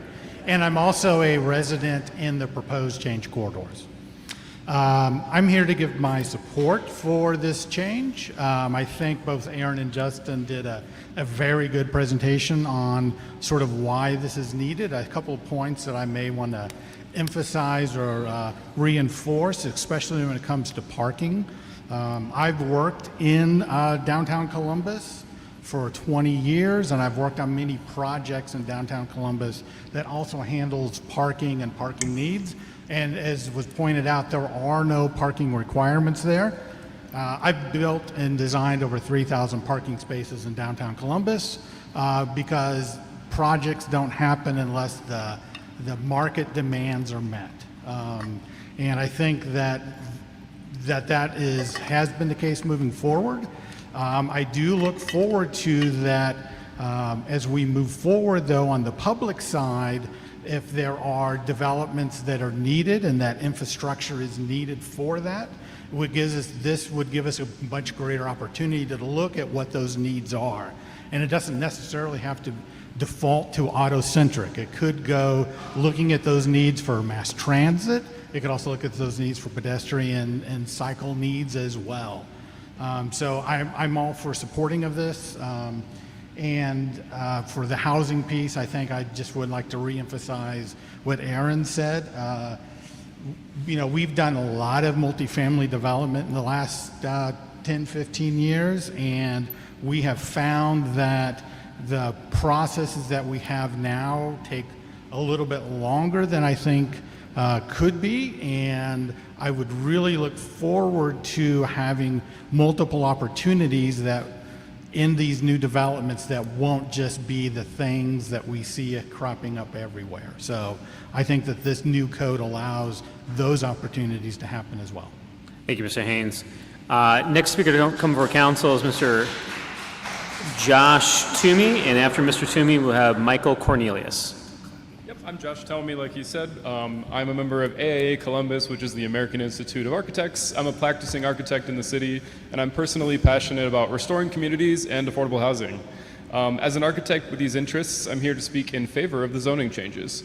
The most impactful of these modifications for us will be the elimination of the parking minimums. This is often the #1 issue that stands in the way when we seek to restore and reuse historic properties. When we go to restore them, we're often faced with disapprovals and long or expensive variance processes, or at its worst, the demolition of other historic buildings in order to provide enough parking for the historic building we're trying to save. As an architect, we know that surface parking costs about $10,000 per space, and structured parking is nearly $40,000. And we know that, as they pointed out, the requirement to oversupply parking usually forces the construction cost of buildings unnecessarily higher. Businesses and building owners are smart people. They'll continue to supply parking. I've personally never been asked to not provide parking in any of my projects as an architect, and it'll be right-sized. It'll be just tailored to their unique situation.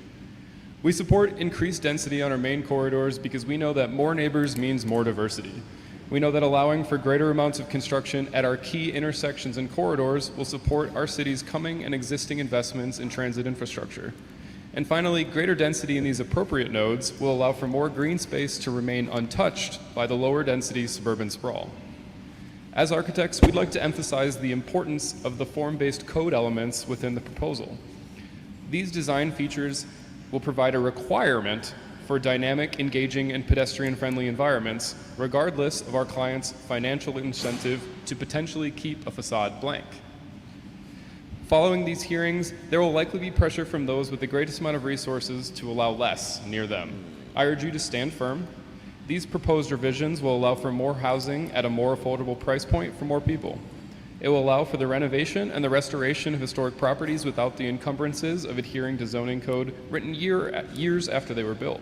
And it will allow for Columbus to continue to grow stronger, especially at its core. I'm, for one, especially excited to see that. To add one point of caution, as you eliminate the parking requirement while instilling the new parking study process, please consider allowing exceptions for smaller projects. Something of 6 units or less likely would struggle to afford the often $30,000 parking study fee. Thank you. Thank you. Next speaker to come before council is Mr. Michael Cornelius, and after Mr. Cornelius, we have Mr. John Cooper. Could you be here? Mr. Cornelius. Hey, thanks. I am Michael Cornelis. I am a Columbus resident, German Village resident for more than 30 years, despite how young I look. Today I'm speaking on behalf of the German Village Society. I am the president of the board of directors.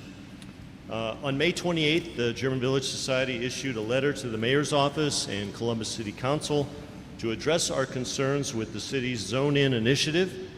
We feel that it could negatively impact the German Village Historic District that was established in 1963.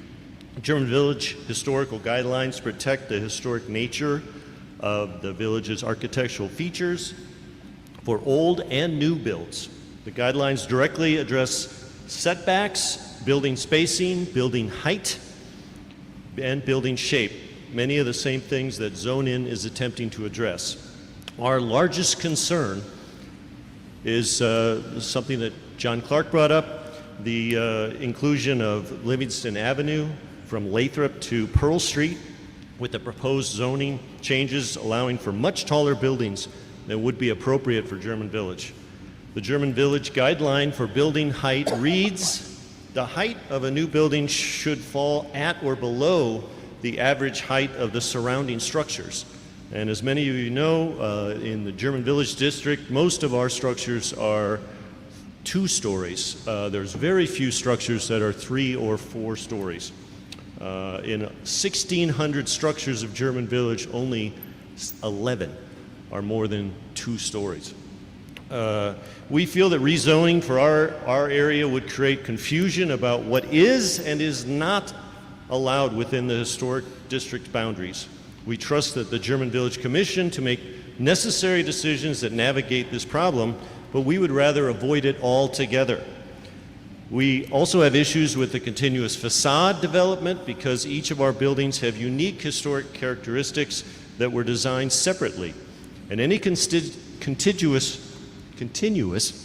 facade design would be detrimental to the historic nature of our neighborhood. For this reason, and these reasons, the German Village Society is requesting that the German Village Historic District is removed from the zone-in legislation in order to remain the historically intact neighborhood that was listed on the National Historic Registry of Historic Places in 1974. Thank you.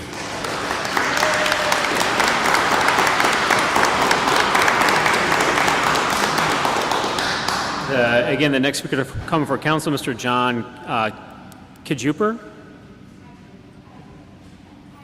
Kuiper? Is he here? Okay, we'll go to the next speaker and we'll see if we can get him back. Mr. Tom Albizi. Welcome to council, and after him we have Mr. Roy Lowenstein.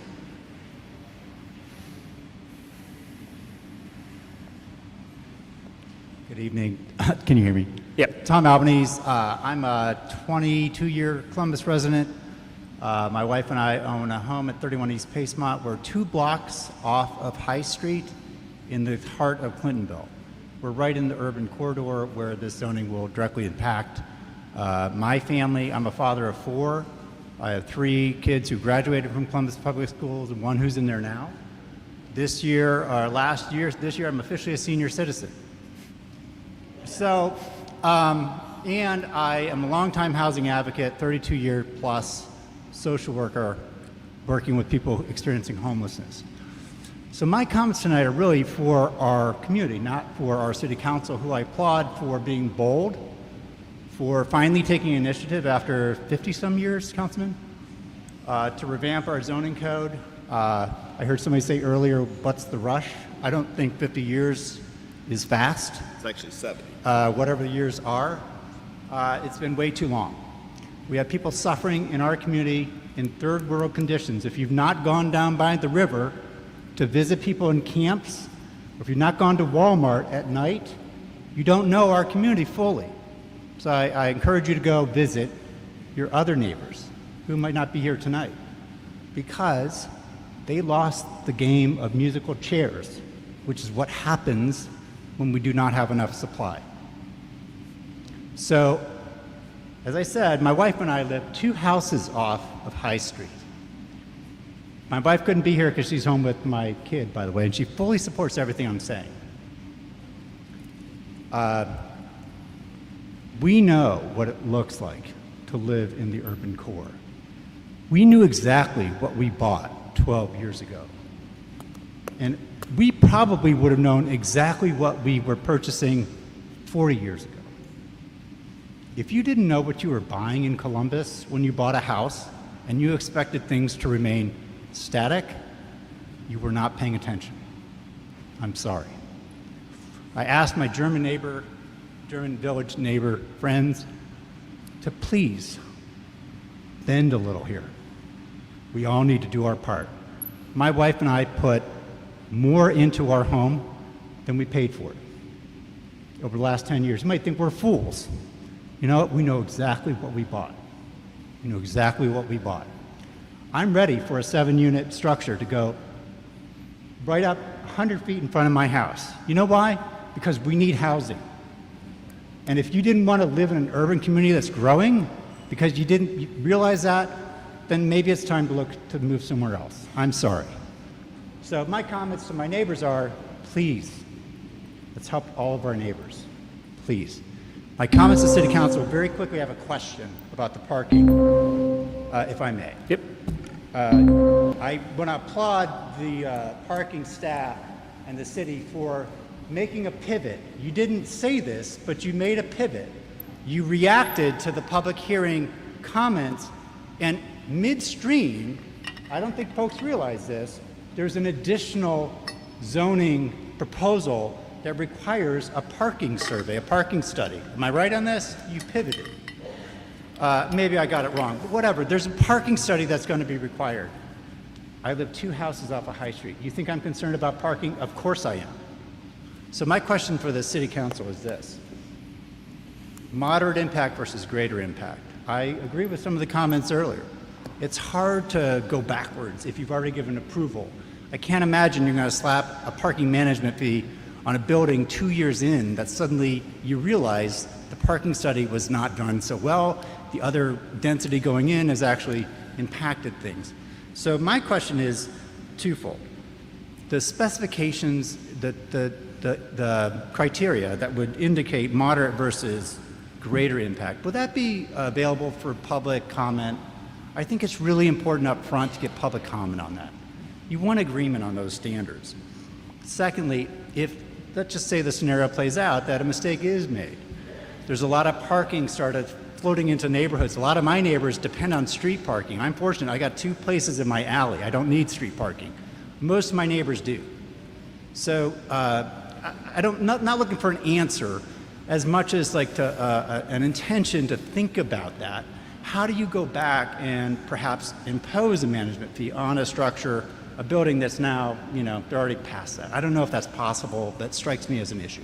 Thank you. I'm going to throw that to Mr. Goodwin to speak to.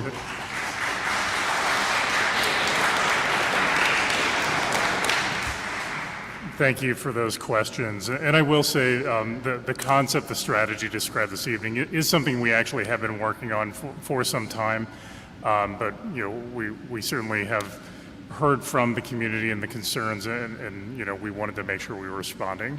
In terms of, and this may get to, your question may get to part of Mr. Clark's question as well that I didn't answer quite so eloquently.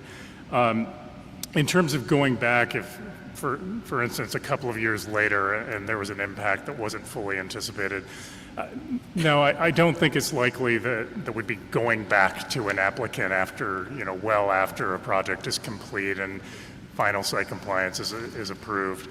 I think that's a case where, it's on us as the city. We've gone through the review process. If we miss something, and we have an issue that we need to manage, then we need to come and work with the neighborhood and make sure we're managing it. In terms of the criteria, we are working on the detail. I kept things at a very high level tonight. We're working on the detail, the numbers behind this right now. And our intention is to bring, a lot of this would live in rules and regulations that would be enabled by the new code section, but to bring that to council and have available for public review alongside the design and proposal. That's right. Thank you. Thank you. And one follow-up I wanted to make, and I think this has come up with a couple different speakers about how do we know what are the consequences of many of the policy choices that we're making today? We're not the first city to do this, right? There's a joke we like to make around City Hall that Columbus is rarely ever the first city to do anything, right? We like to see what other folks have done, and this is very much a pattern upon what many other cities have done in recent years. And I think when we talk about the proposals that have been made, again, they're likely to change with amendments that come before council, but also I think it's going to be really important for City Council over the future years to evaluate the policy choices that we've made and whether or not they're actually doing what we want them to do. So at the end of the day, it's been literally 70 years, I think 74 years since we have comprehensively redone this. I don't expect it to be another 74 years before we make another change, because we know that there will be active market conditions that will change throughout our city, and that will need us to reevaluate the choices that we're making right now, whether it's parking, housing, or otherwise. And I think at the end of the day, when hopefully we see a reduction in the number of rezonings and variances that come before council because we've reevaluated and evaluated the city's land use policy in 2024 rather than 1950, that will be one of the chief reasons for that committee at council to continue on, is to evaluate whether or not we're getting things right or wrong, and to make adjustments moving forward if necessary. But again, our next speaker is Mr. Roy Lowenstein, and after him we have Ms. Kathy Green. Good evening. Roy Lowenstein. I'm a resident of the Franklin Park neighborhood. I'm also on the Near East Area Commission. Although I'm not here to speak on behalf of the commission, our chair is here to speak on behalf of the commission. I am here really as an affordable housing practitioner. My whole career, 47 years, has been involved with the development of well over 200 affordable housing projects, including dozens of them in Columbus. One of the more recent ones was the Ken Lawn Place property that Mr. Goodwin showed up on the screen, so thank you for that. Anyway, I am an enthusiastic supporter of any reasonable strategy to try to create additional housing in Columbus. I think the plan to add to the corridors is a good one. I I would rather see our larger, more dense projects going on the corridors than I would in the interior neighborhoods where they're very controversial. So that's all a good thing. That being said, I think that there are shortcomings in the plan. Now, I was enthused to hear this evening about the parking procedure that I was unaware of until Mr. Goodwin's presentation. I think you're on the right track with that. It's just that I think if the study shows that there is not really enough parking, we need to require some parking. In other words, if the developer comes in with less than 1-to-1 parking or less than half-to-1 parking for senior housing or special needs housing, I think we're going to need, at least for the time being, to require that that may be made up in parking spaces rather than bus passes. Over time, the use of public transit and other strategies to get around may change to where it is more realistic, but we are still now a car-centric city, and we will be for an extended period of time. I hope it does change, but I don't think you can force it to change by saying you have to give out bus passes. There are other things about the plan, though, I'd like to comment on in the last minute, which is if we're successful in building thousands of new multifamily units, there are going to be some negative consequences. And I would love to see the city come forward simultaneously with plans to deal with those consequences, such as increased gentrification. I don't really see that there's much here for affordable housing. The city is doing some things in affordable housing, and it isn't enough. Simply creating more housing will take some pressure off rents, but not enough to deal with it. I would also like to see more done about the displacement that's going to happen with small businesses in these buildings that are cheap, and they're going to be replaced by big new shiny buildings. The rents are going to go up. People are going to end up moving, just as they did in the short north. When we started building all these new buildings, a lot of people who were there couldn't afford the rents that were left. What's the city's program for commercial displacement? And finally, the historic buildings that are going to be lost and the trees and green space that's going to be lost. I'm not saying our corridors are the primary places for that, but if we allow 100% lot coverage, we're going to be losing green space. We're going to be increasing our heat island. So I'd love to see the city simultaneously come forward with programs to deal with the impacts that are going to happen from all this growth that we do hope occurs. Thank you. Yep. Thank you, Mr. Lowenstein. And I think there's a number of things that you mentioned that are part of Zone In, but also some other ancillary things that are certainly outside of the zoning code that I think we all agree that we need to work on together. I did want to throw it to Shannon Pine. You mentioned about lot coverage, and my understanding is that the vast majority of these districts, it's limited to 80% lot coverage. Is that correct? The new districts, some of them do propose an open space requirement. Keep in mind that most of these corridor districts are currently zoned commercial, and there is no side setbacks, rear setbacks, or open space requirements whatsoever. So some of the new standards of the code are addressing a requirement for open space and landscaping where it otherwise doesn't exist. And we are evaluating these comments with City Council and trying to see if there's any other way that we could add some more landscaping requirements to the proposal. And that has been a consistent question and comment, I think, from lots of folks around that kind of issue. So that's certainly one that I think is at the top of the list for us to sort of evaluate with the administration. Next we come for council is Ms. Kathy Green, and after Ms. Green, we have Ms. Sheila Eubanks. Thank you, Columbus City Council Chair, Zoning Chair Doran, council members, and City of Columbus staff for taking time to hear from your constituents. My name is Kathy Green. I am a Southside resident living 1 block west of the Parsons Avenue Commercial Corridor. I'm also the Vice Chair and the Zoning Chair of the Columbus Southside Area Commission. I'm past president of the Parsons Area Merchants Association and former president of the Schumacher Place Civic Association. My husband's and my small business owns a mixed-use property on Parsons Avenue, and we have built an accessory dwelling unit behind our primary residence. Our small business repurposed a long-term vacant property on Parsons, which now houses another small business and a residential tenant. This rehab required a zoning variance, adding time and cost to the project. All commercial corridors within the south side boundaries are already a mix of residential and commercial properties. Currently, first floor residential use requires a variance.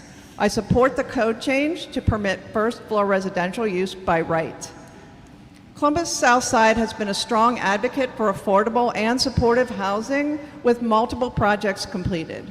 We are also home to a number of social service agencies, and yet we continue to see growing homelessness in Columbus. Ever-increasing housing prices affect not only those wishing to move in or up, but also those residents that wish to remain in their homes. Increased housing prices not only affect rent and sale prices, but also result in unsustainably large increases in property taxes. Southside neighbors have previously expressed a desire to support greater density on the commercial corridors versus within the residential areas. Greater density will provide additional support for local businesses, including infill of vacant properties. The zone-in proposal includes changes in permitted land uses within the UCT, UGN1, and UGN2 boundaries. Many of the added uses are ones we have seen on variance applications approved in the recent past. Many of the removed uses are ones that many residents would like to see replaced by other uses in our area. One item to consider, however, relates to auto businesses, useful to those of us wanting to reduce our personal car ownership, whether that is supporting small rental facilities or shared vehicle uses. I hope we can accommodate these in our plans. In summary, as a member of the grassroots group Neighbors for More Neighbors, I welcome everyone as our neighbors. I encourage policies that support people-centric neighborhoods first. Thank you for listening, and I'm happy to answer any questions. Thank you, Ms. Green. I did want to throw it to Ms. Prosser. So I think a couple of public speakers have talked about this, the difference of sort of higher density on the corridors versus that happening within the neighborhood. So again, we're talking about 4% of the city here, 12,000 parcels, so limited amounts. So that's when we're talking about increasing density in very specific areas. And I think a couple of speakers have called out the difference of that happening on the corridor versus that happening in interior neighborhoods that are primarily developed as single family or much lighter density, if we're talking about duplexes or other things. And Ms. Prosser, if you could talk a little bit about like why that matters, because where sort of housing supply is being built, about taking the pressure off increased density within sort of core single family neighborhoods? Certainly, and I think I had a diagram in the presentation that looked at that impact and what we do along our corridors and how it relieves the pressure on our existing single-family neighborhoods. Right now, that pressure is coming, right? People may choose to move into these different neighborhoods, and if they have resources, then they can bid up those housing prices, right? And we see those increasing home prices because they're able to go in there. If we allow the greater density to be located along our corridor, it provides more housing for those folks to choose, and then they are relieving the pressure on that neighborhood, right?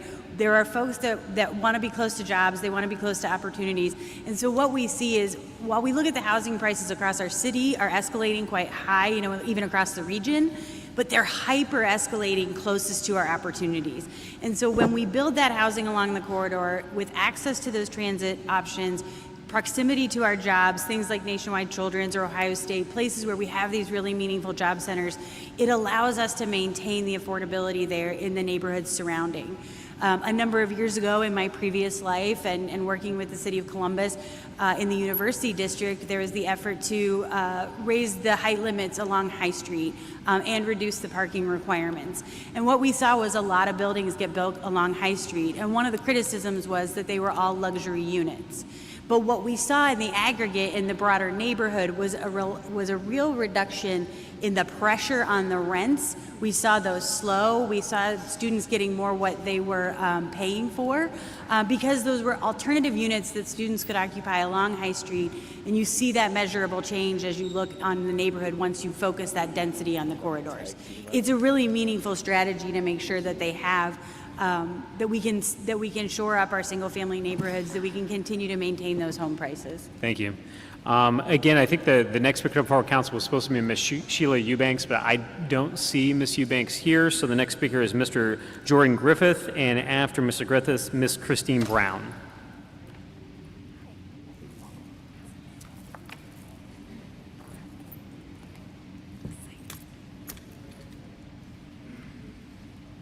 Thank you, honorable council members, city staff, and residents who've shown up tonight to listen and give comments. We appreciate it deeply.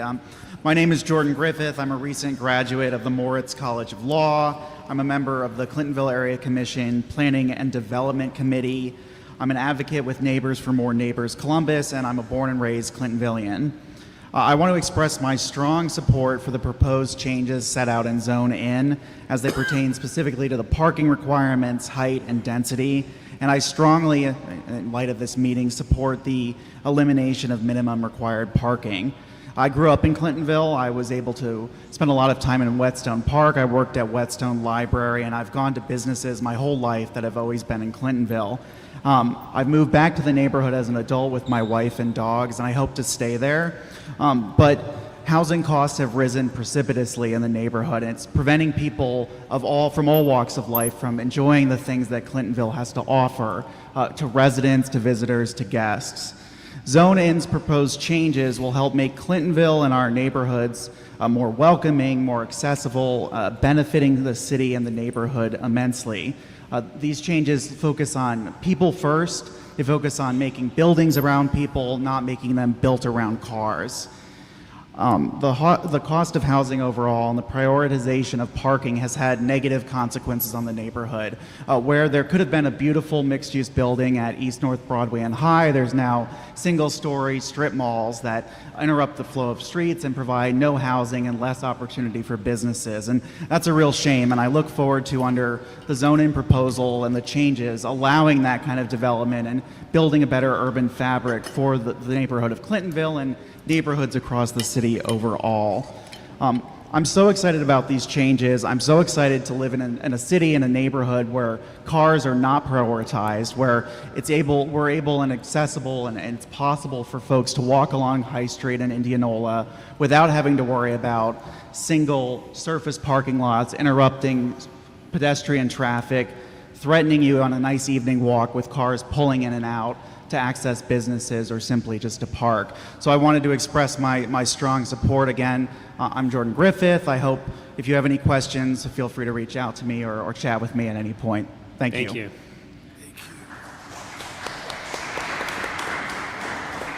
Next speaker to come for our council is Miss Christine Brown, and after Miss Brown, we have Belinda Spisotti. I apologize if Spinosi. Thank you. Miss Brown.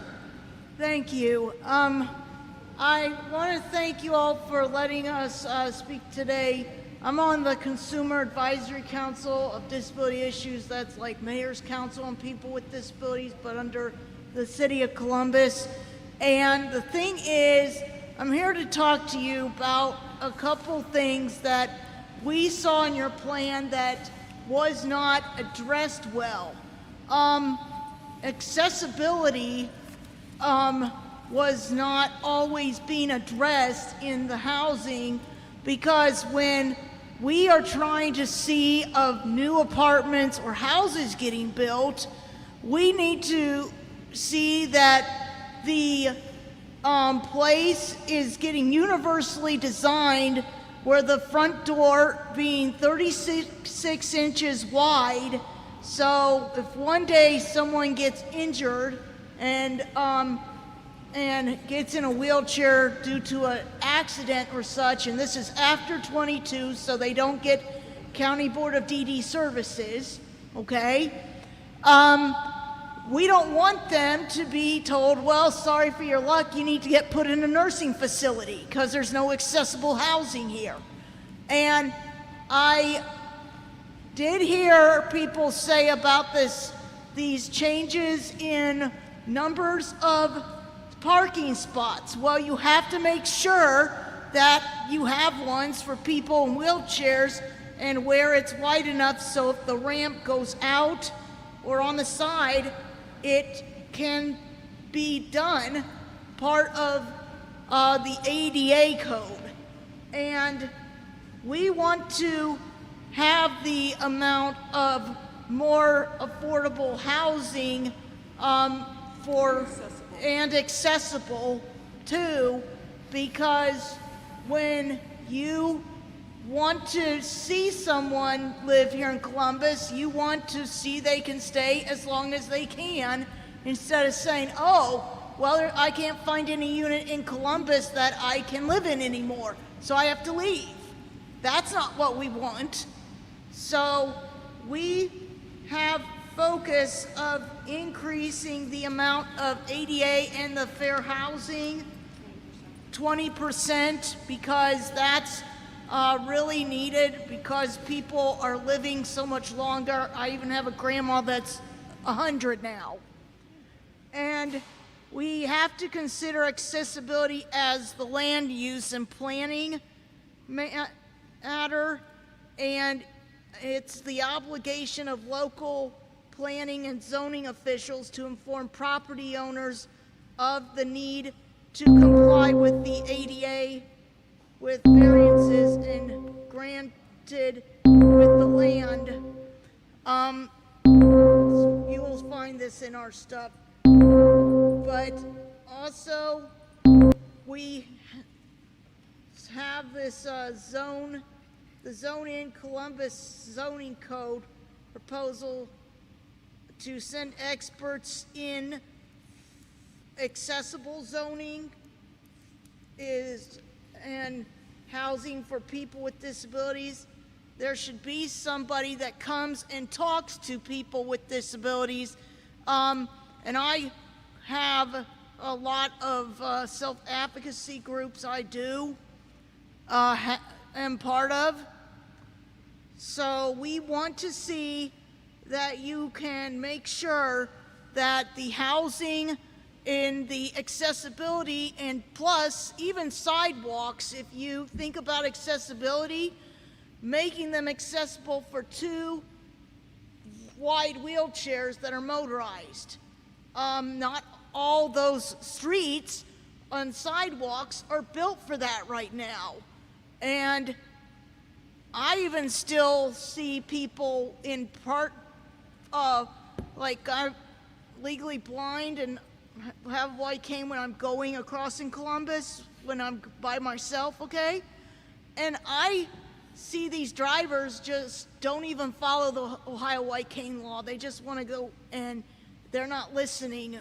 So I have to go like this to stop them. Thank you, Ms. Brown. Those are...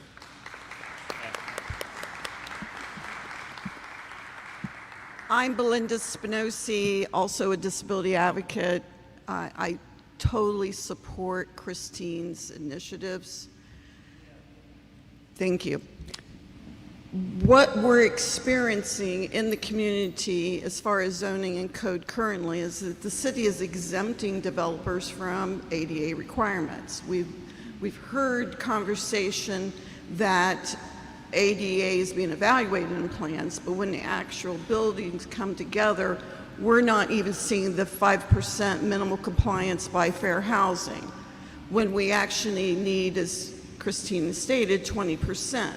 We're not seeing that individuals can access second-level apartment buildings because you're exempting them from having elevators. We're not seeing that individuals are leaving institutions because you haven't developed a plan for that to happen.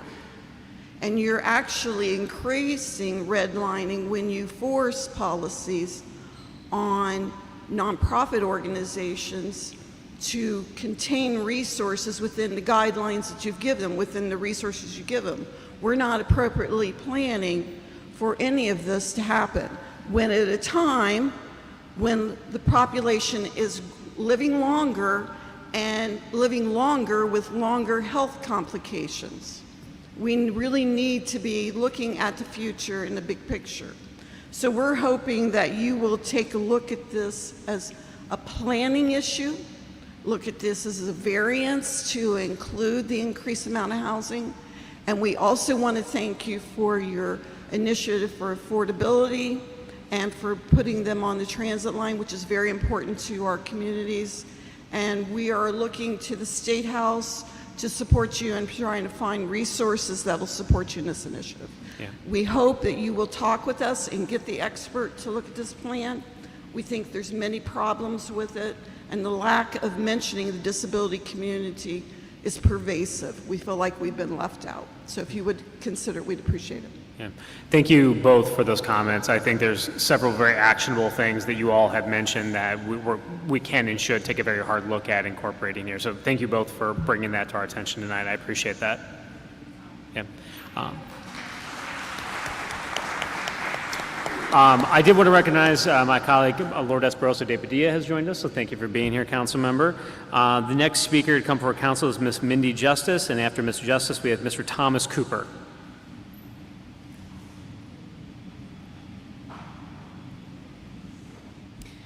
Hello there, council members and city staff. I am here today in support of the proposed code reforms as a resident of Columbus and founding member of Neighbors for More Neighbors Columbus. I am very concerned about our housing shortage, and this is long overdue. For clarity, we are a self-funded group of neighbors. We stand for more housing of all shapes and all sizes for all people. I want to point out a major piece of the policy that we are in an unwavering level of support for.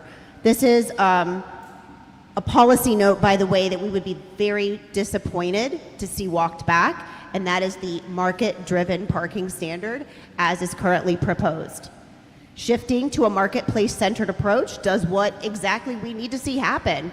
It crafts a policy that's flexible over time and shifts to the behaviors of the moment and time that we're in, rather than exactly where we are today, or frankly, where we were years and years ago. But it's not just my opinion. I want to emphasize some of the data presented. Minneapolis it has had this for 5 years. Pew Charitable Trust did a full research study. So this is 2019 through 2022. That's post the depth of pandemic times. So these are real things that we can see will work in our new normal. Pew pointed out that the new code's market-driven parking policy was the standout reason for these results, these positive results. The stock of housing in Minneapolis went up by 12%. Statewide, it was only 4%. Rents saw a bit of an uptick at 1% in the city. Statewide, it rocketed up 14%. Lastly, homelessness citywide went down 12%. Statewide, it went up 14% in the same amount of time. And market-driven parking was shockingly a major cause, domino effect, that landed them in that place. I'd also like to make two recommendations that advocates of Neighbors for More Neighbors would like to propose. One is that many codes around the country, including ours, bring the term character into its core reasoning or purpose for even having a code. Our proposal here describes its purpose as to preserve and enhance character. While on the surface that's a lovely objective, it very much requires that we, as good stewards, define what that means. Other cities have done that. They do it in terms of physical site characteristics. Why do that? The tendency is, without that guidance, without a specific definition, sites are often judged on the people characteristics it will serve or their income levels, and that is not appropriate. Thank you very much for your time. Happy to answer any questions if you have them. Thank you, Ms. Justice. Again, next speaker to come before council, thank you, is Mr. Thomas Cooper. After Mr. Cooper, we have Mr. Brett Sampson.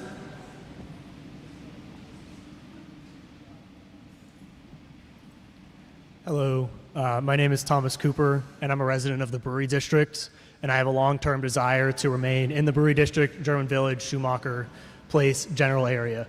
I'm also a local leader of Strong Towns Columbus, and also here speaking in support of Neighbors for More Neighbors. The topic of today's hearing focuses on housing and parking, which are two issues that are closely tied to the core principles of a strong town. One of the core campaigns at Strong Towns is to end parking mandates, and I am happy to see that the City of Columbus stands with us in this endeavor, as seen by the exclusion of parking minimums in the draft of Zone In Phase 1. My wife and I, we spend a lot of time walking around the Brewery District in German Village, and walking is our main method of transportation. I walk to Kroger almost every day, and my walk is about 4 blocks. The entirety of that walk is past or through parking lots. My wife walks to her rotation at Children's Hospital and specifically avoids walking on High Street or Livingston Avenue as much as possible due to the hostile pedestrian environment which it poses compared to the remaining area. I work downtown, and my walk to work through the Brewery District only contains one possible pleasant walking route because any of the others consist of swaths of parking garages, mostly empty surface parking lots, or abandoned buildings.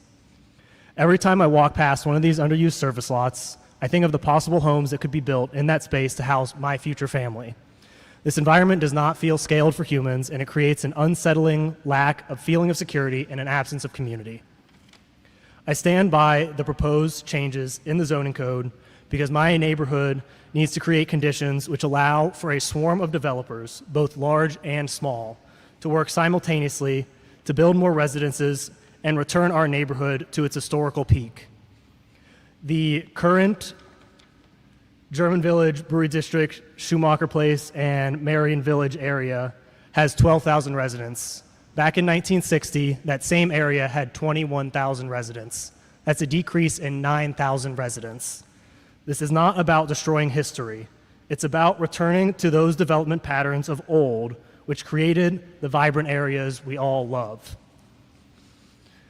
It is time to fill in empty space and create vibrant communities in place of the mostly empty parking lots I walk by every day, to give small developers and owners a chance to crack into the market by removing outdated requirements and therefore opening the door for smaller scale developments. To build homes that one day my wife and I and other members of our community can move into and enjoy. I believe the new zoning code can help us get there. The oversized swaths of parking lots encouraged by the current parking minimums are actively squandering our most valuable resources as society, land. The new zoning code will allow for this land to be used for residences and mixed-use development in order to create broadly affordable housing costs within the city, where it feels feasible for people of any income to pay for their housing needs. Thank you for your time, and I'm happy to talk if anybody has any questions about what I've just said. Thank you, Mr. Cooper. Next speaker to come for council, Mr. Brett Sampson, and after Mr. Sampson, Rena Sims. All right, thank you, everyone.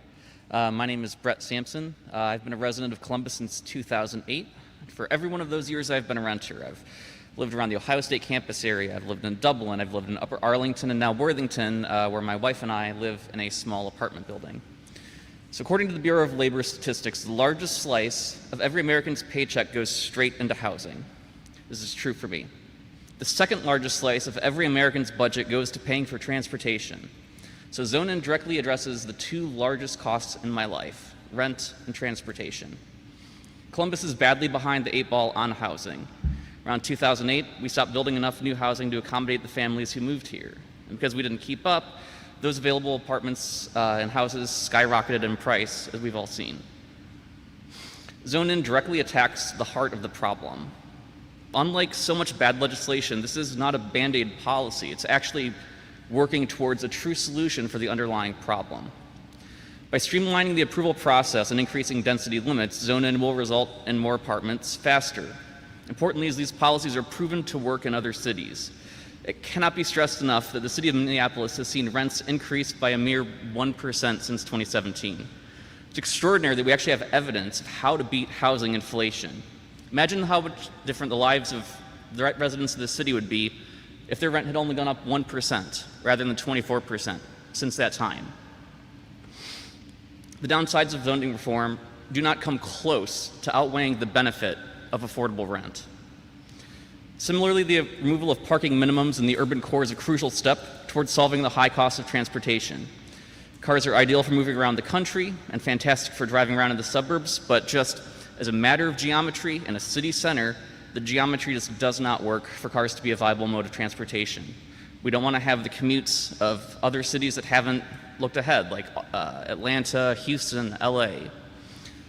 The more we succeed with this process, the less cars will ultimately be on the road, which makes traffic better for everyone. So yeah, just the idea that like I could even downsize from having 2 cars in our household down to 1, like it'd be a life-changing amount of money that would affect me and my family. Yeah. Never before in history have cities been a luxury reserved only for those who can afford it. Do not let homeowners in the most exclusive, wealthiest enclaves of the city rob the city of hundreds of affordable, safe units on land they don't even own, not in the middle of an affordable housing crisis. It is not reasonable to say that a neighborhood's core character is threatened by upzoning along only one boundary. Please help keep Columbus affordable, and thank you for your time. Thank you. Thank you. Next speaker of Commonwealth Council, Ms. Rena Sims. After Ms. Sims, we have Beth Freitzer-Rice. Good evening, Chair Dorans and representatives from Zone N, the Department of Development, Building, and Zoning Services. On behalf of AARP Ohio, I thank you for the opportunity to provide comments in support of the proposed Zone N initiative. My name is Rena Sims, and I'm the Associate Director, Outreach and Advocacy for AARP in Columbus, Ohio. AARP is the nation's largest nonprofit, nonpartisan organization dedicated to empowering people 50 or older to choose how they live as they age. With a nationwide presence, AARP strengthens communities and advocates for what matters most to the more than 100 million Americans 50 plus and their families. According to AARP's 2021 Home and Community Preferences Survey, more than 3/4 of adults aged 50 and older want to stay in their homes. That's 77%. And communities at 79% as they age. And 1/3, or 33%, also report their houses would need modifications to be able to do so safely and independently. These needs are consistent for adults overall ages 18 plus who wish to stay in their current homes and communities. The changes to the zoning code is outlined in the Zone-In proposal, City of Columbus, Title 34, 2024 Zoning Code, provide an opportunity to begin addressing the housing needs and the preferences of older adults and all Columbus residents seeking to age in place. The code updates presented in the Zone-In proposal prioritize housing and will permit middle housing types or residential building types that exist in the middle of the continuum between detached single-family houses and large apartment buildings. Middle housing also relates to the level of affordability by providing a wider range of housing options at various price points while using land more efficiently.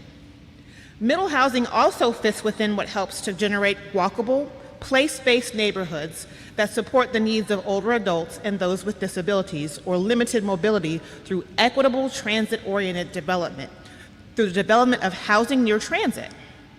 We are encouraged to see the Phase 1 of Zone-In proposal would create said housing opportunities along current and future transit routes, which could connect older residents back to critical opportunities, resources, and services. Middle housing and additional density along certain corridors, as proposed in the Affordable Housing Height Bonus, will enable innovative, flexible, and equitable housing options for Columbus residents. On behalf of AARP Ohio, I offer my support of the Zone-In initiative. We thank you for your consideration of these efforts. Thank you very much.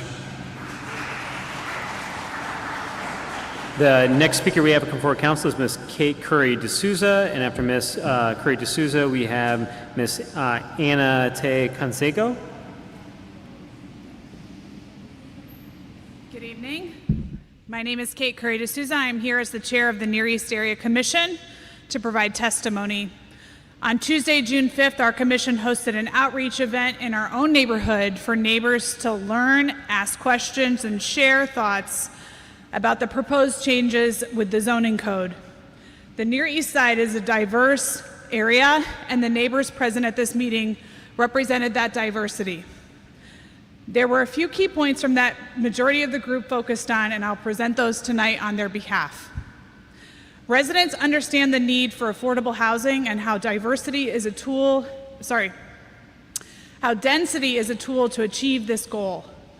Our neighbors also understand that this code essentially duplicates the current code for Broad Street, and that design standards in this code help allow commissioners and commissions to focus in areas that they have expertise. There are concerns that this code goes too far and yet does not go far enough in terms of providing enough protections to ensure that the new development that will occur is good development. Good development is defined as development that elevates a community while providing what its residents need. Our neighbors believe that the Near East Side needs development that allows seniors to stay in their homes if they choose, provides truly affordable residences, focuses on the safety of pedestrians and children, and increases tree canopy and green space for all while paying respect to our rich local history and securing a future for our historically significant structures. Our community is also concerned about the neighbors and businesses that this development will displace.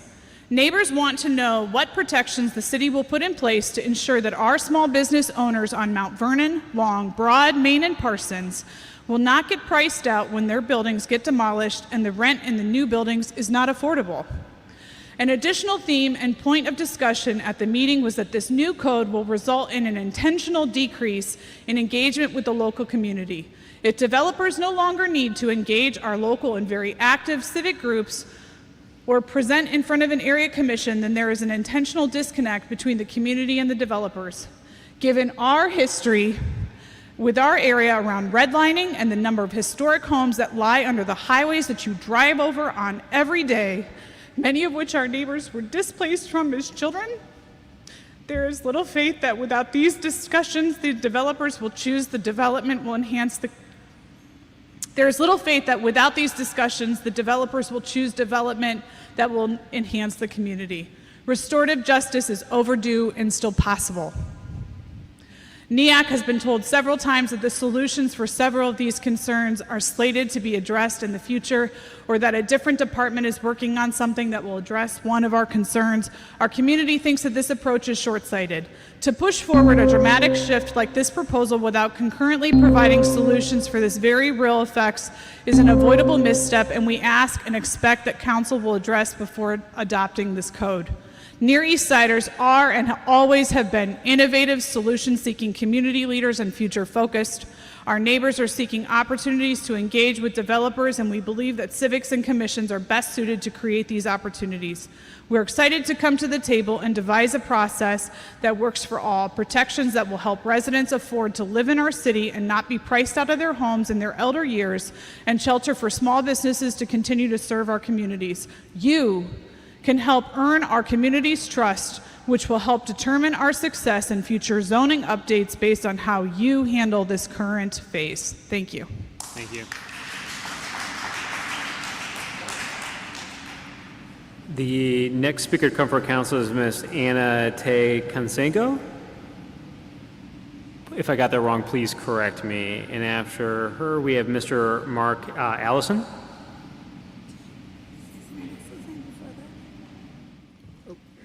Oh, I'm sorry. I apologize. I got ahead of myself there. Next, we have Miss Beth Frietzer-Rice. Yep. We talk zoning for 2 hours, and you start to lose a little bit. So here we are. Absolutely no problem, and I would gladly defer to her because she is fantastic. So, good evening, council members and city administration officials. It has been a long night, so thank you for sticking with us. My name is Beth Frietzer-Rice, and I am President and CEO of Home for Families, which is a local nonprofit here in Columbus, Ohio. I'm also a proud board member of the Coalition on Housing and Homelessness in Ohio and the Affordable Housing Alliance of Central Ohio. Thank you for the opportunity to provide testimony tonight on the zone-in effort and to share my thoughts on why the effort to increase housing stock, specifically affordable housing stock, is so important to families in our community. At Home for Families, we are on the front lines of the homeless crisis. We're a valued partner of the city, thank you very much, the county, the shelter board. We provide critical services to the homeless crisis response system. And in 2023, we assisted 980 families moving from homelessness out of shelter into their own homes. That 990 number is an increase of 705 families in a 6-year period. And as happy as we are to stand in the gap for families, it is absolutely unnecessary and unacceptable. At Home for Families, we have a unique role and a unique understanding of the struggles families face in their housing journey, and we see the impact of the affordable housing crisis every day. Tom Albanese called it the musical chair game. We call it the triple whammy, meaning that there's an overall lack of affordable units, only 1 unit for every 3 low-income families who needs it. There's also the rising cost of units that continue to outpace wages. I believe the most recent statistics is a housing wage of $22.37 is needed for a 2-bedroom apartment. And third is access or eligibility screening. When there's a scarcity of units, landlords can increase their tenancy requirements, such as requirements of making 3 times the rent, having no credit issues, evictions, etc. This makes our families unable to compete for those few units that are available. Simply put, our families and our young people are being priced out and screened out of housing. Far too many have become stuck in a cycle of housing instability that they cannot break free from. The longer families and young adults and children are in shelter and experiencing homelessness, the more trauma and instability that they will face and to continue to carry. Like many of you here today, I'm tirelessly advocate for affordable housing, and I've been doing this for 28 years in Columbus. Some of you have heard my joke that I was 12 when I started. I can say the situation today is so much worse than it has ever been in our community, and it is heartbreaking and unacceptable to see families making the choice of having to pay rent and pay 70% of their income and higher, making choices to pay rent rather than to pay for food and to pay for other things.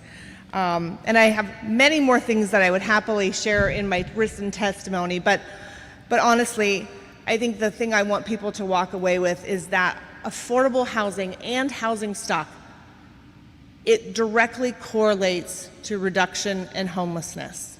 Homelessness is a result of not having enough housing units, which you all know. The zone-in plan, it's an important step. It's not the only thing, but it's such an important step for Columbus to take if it's going to meet the housing needs of all its residents, especially those who are low income and most vulnerable. I urge my colleagues and my neighbors here tonight, as Tom said, to bend a little bit, to support the zone-in effort. It is a tangible way for you to make a difference in the community and the lives of others. Thank you. Thank you.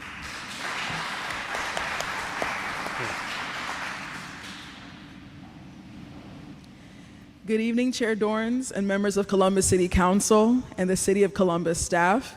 My name is Ana Teka Songo, and I stand here as a new homeowner concerned about the homeownership journey for other first-time homebuyers.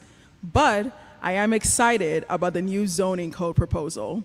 It's not just about parking, it's about expanding our choices of how and where we want to live. I look at the before and after pictures of Mount Vernon Plaza, and all I see is a loss of opportunity. Last November, my husband and I were blessed with a smooth home buying journey, a feat that is practically unheard of in our current market. 45 days passed between the moment our lease was up and I asked my husband, "Hey, you want to buy a house?" to the moment we received the keys to our yellow, modest ranch-style home. From the day we first walked into our home, we knew we had found the one because it needed little to no repairs and our monthly payments did not exceed a third of our income. What saddens me today is that our experience sounds like a fairy tale to the average first-time homebuyer in Columbus. Before we found this diamond in the rough, we spent weeks looking at homes with exorbitant prices that were outdated, in poor condition, and did not meet any of our needs. The problem of our aging housing stock is only exacerbated by how slowly we are building new and affordable housing. Having parking lots we don't need takes away from housing we do need. With rising rents, low housing inventory, and high interest rates, the dream of homeownership seems further and further out of reach, especially for homebuyers of color. Studies show that the salary needed to purchase a home in Columbus is $59,321, and the median household income for Black households is little under $36,000. And according to the Center for Responsible Learning, it takes the average Black renter 11 years to save enough money to make a modest down payment. With limited affordable housing options, what happened to the home buying dreams of my best friend, a mother of 2 under 2, who is working hard to become credit worthy and unlock a world of possibility for her children? Or the young couple who saved enough money to buy their first home but struggled for 6 months to find one that was affordable and leaned heavily on the generosity of their church members to house them while they waited for a home that met their needs.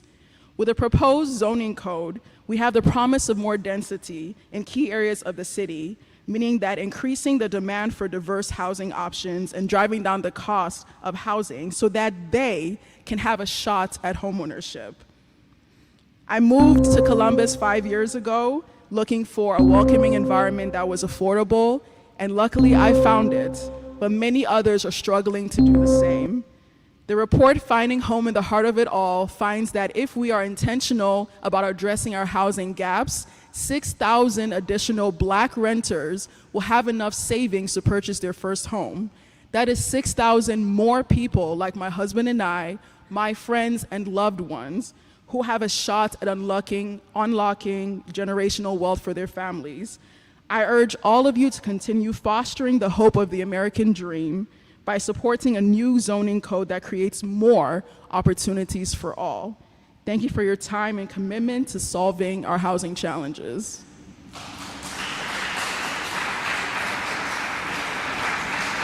Thank you, and congratulations to you and your husband. And thank you for sharing your story.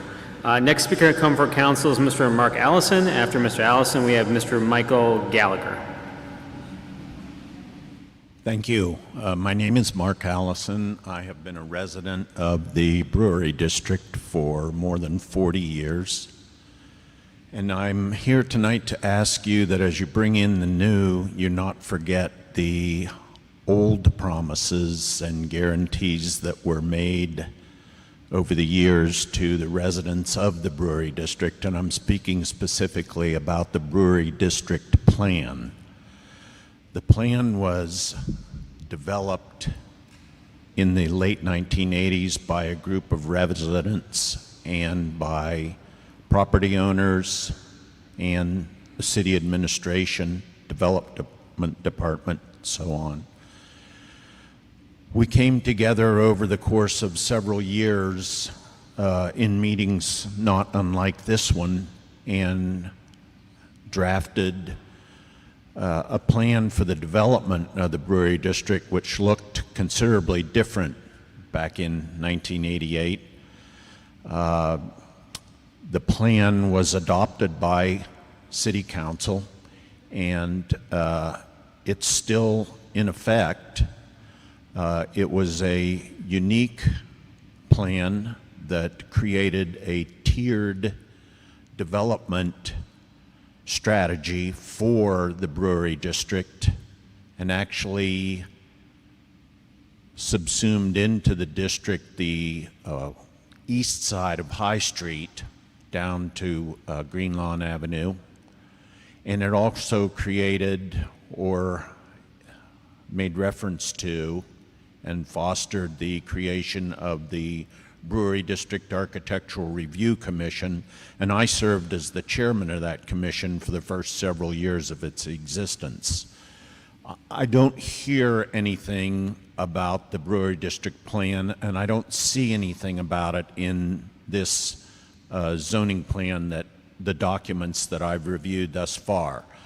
But many property owners and residents have placed reliance on that plan over the years, and it has been remarkably successful, particularly with respect to the residential development of the Brewery District. And when I mentioned that the district created the district is a tiered development. We have several designations in that district, and specifically the area south of Frankfurt and north of Greenlawn were committed to fostering residential development. And so I see I'm going to get the gong here in just a second, but I would hope that you would look at that document and take note that many, many residents and property owners have placed reliance on that, and your plan seems to treat Front Street as a corridor. And I would ask you to consider whether the complexion of Front Street is a corridor in the same way that High Street is. Front Street has no commercial development on it right now south of Frankfurt, which is as we intended when we drafted that document. And it doesn't look like High Street, and it shouldn't be treated the same way. So I think this is something to consider as you go forward. Thank you very much. Again, next speaker for Comfort Council is Mr. Michael Gallagher. After Mr. Gallagher, we have Jacqueline Eli, or L.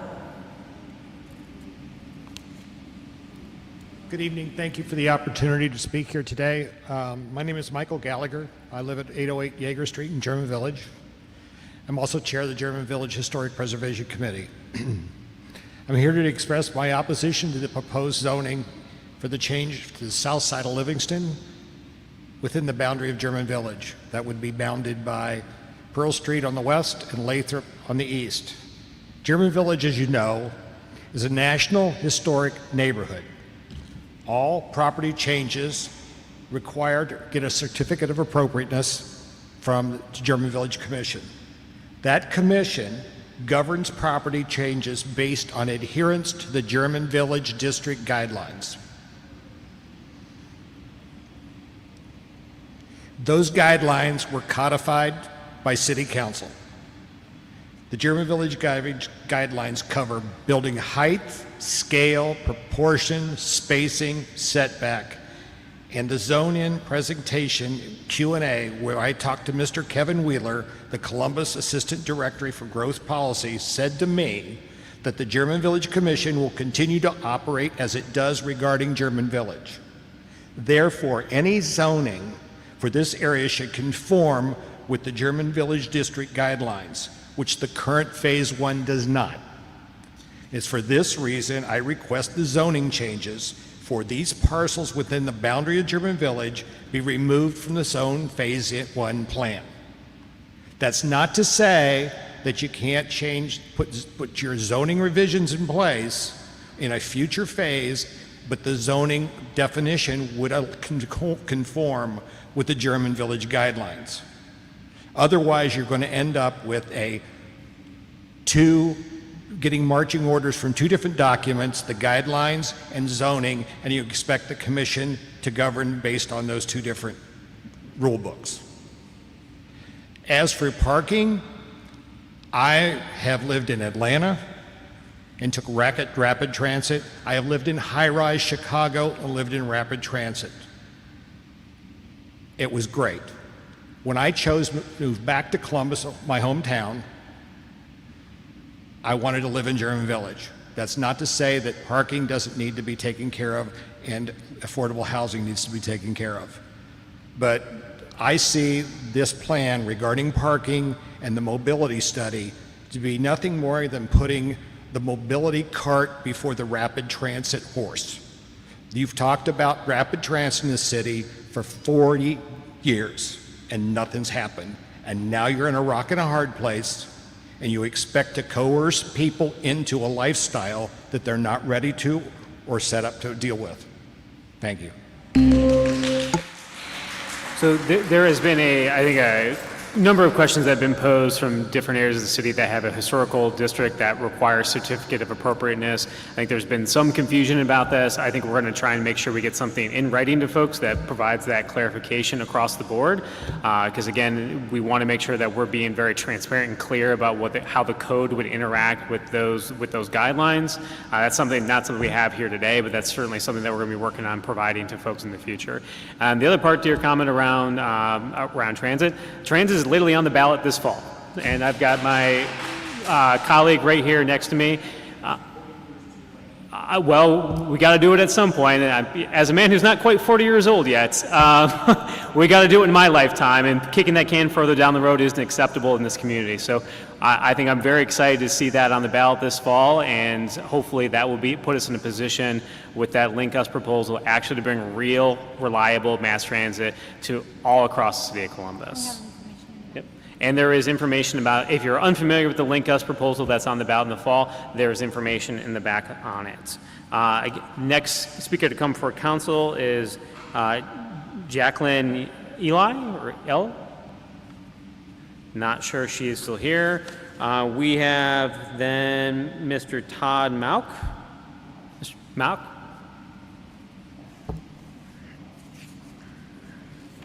Thank you. My name's Todd Monk. My wife and I moved into German Village about 4.5 years ago. A little bit of background. I was a commissioner on the Redevelopment Commission in South Bend, Indiana. I ran a national GC that did just these types of developments. I left that type of work after I saw what the impact was to the city and the residents. So I've seen this from all angles. Like I said, we moved in 4.5 years ago. We're in year 4 of a 5-year restoration. We're not remodeling. We're returning the home to its historic state and probably spending about 40% more than we should be to do such. So we're investing in that. We chose that type of environment, the historic neighborhood, so that we could help preserve it and then pass that on to someone else. That said, I understand the challenges of balancing the economies, the economics of the city, the impact on the citizens, the homeowners, as well as the competing goals that are going on.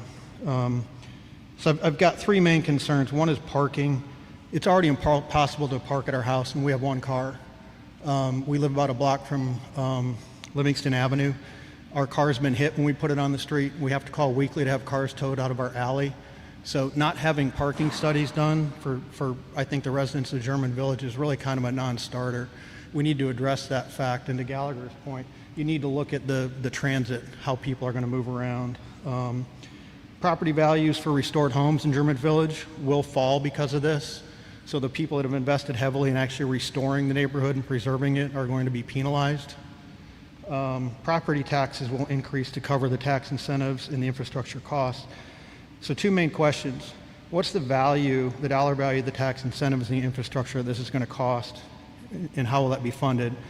And the second question is, the Minneapolis example that you provided ignores the draconian rent control laws that are now in place in Minneapolis. The development that you cited actually started before these new laws were in place. The actual rent increases in Minneapolis are 13%, not 1%.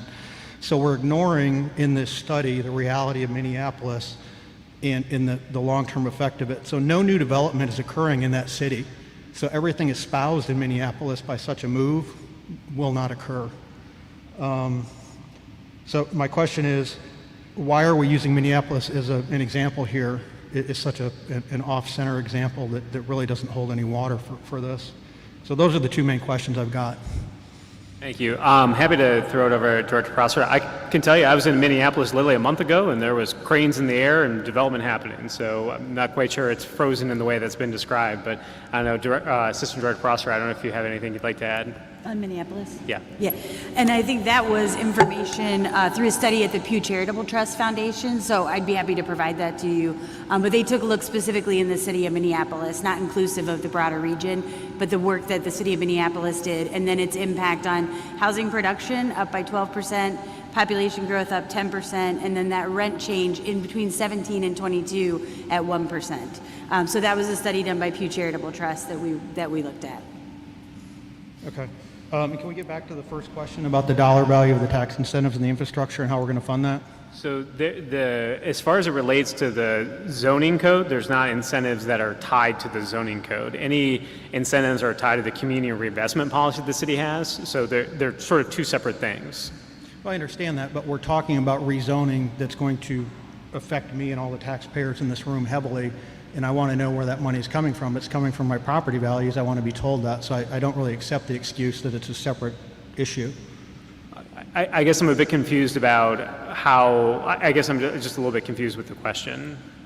The zoning is going to require new infrastructure, new roads, changing roads. The zoning wouldn't, so the future development may bring that with it, but and I'm happy to throw it to our chief zoning official, Shannon Pine, about the sort of the site plan compliance, because when we talk about when a new development gets proposed, whether or not it's appropriately zoned or inappropriately zoned as it writes now, they have to go through a site plan compliance through the city that requires things like water and sewer and all those kinds of things that come through. That is typically on the applicant to be able to do those things. So I want to throw it over to our chief zoning official or Festus. It is, but excuse me, the tax abatements cover that for the developer. I've done this. I've been a developer, so I don't want to get into semantics. So the true cost of it, I'm curious for the citizens. What is the expected impact of dollars for the citizens?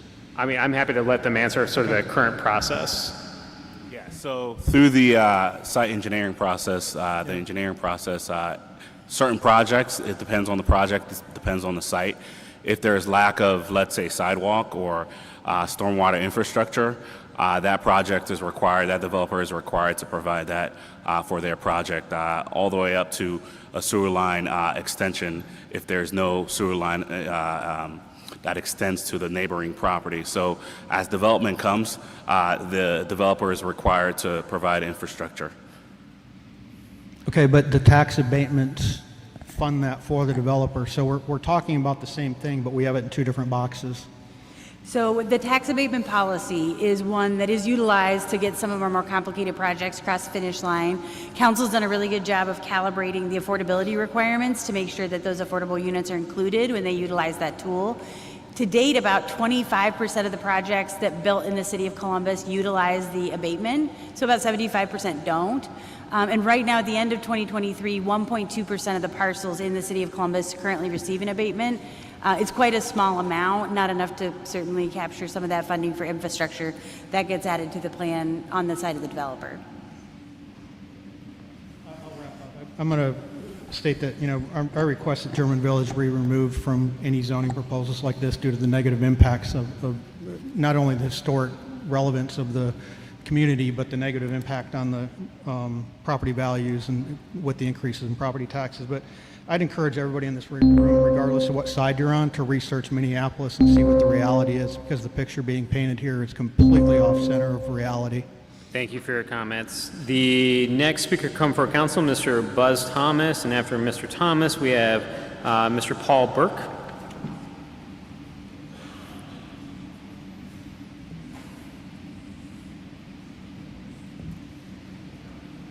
Mr. Thomas, nice to see you again. Good to be seen. As always. My name is Buzz Thomas. I wear a number of different hats. I am a commissioner for the FAR South Columbus Area Commission. I am a realtor, and so very much concerned about valuation of properties. And I'm also a longtime South Ender, representing those of us who think that the South End is at the bottom of the list in terms of importance to the city and anybody else. What you're doing is crucially important. It absolutely needs to be done, and I'm supportive of your efforts, but I do have some concerns. 4 things really. 1 is infrastructure, 2 is tax abatements, 3 is affordability, and 4, whether or not you are going to change the rules so that developers can bypass area commissions. In terms of infrastructure, currently we have infrastructure that meets the needs of a given area. If you put hundreds of units in an area, it puts additional stress on the infrastructure. Who makes improvements in those infrastructure? Is that a developer's cost? Does the city pay for it? Or is it passed on in terms of terms of rents. In terms of tax abatements, is there a quid pro quo with developers? Do they have to do something for those tax abatements? For example, provide a certain number of jobs.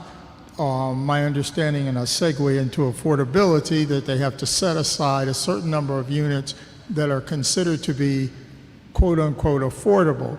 My concern is that there'd be an area, for example, River Ridge. River Ridge had to set aside some apartments to be affordable, but they were able to tie those rents to the prevailing rents in that zip code, which was 43215. So you ended up with a 2-bedroom apartment renting for $1,500 a month, and that was affordable according to the guidelines. Is it really affordable? I would question that part of it. And the other thing about the tax abatements is, aren't tax abatements then represent a loss in revenue to the school system?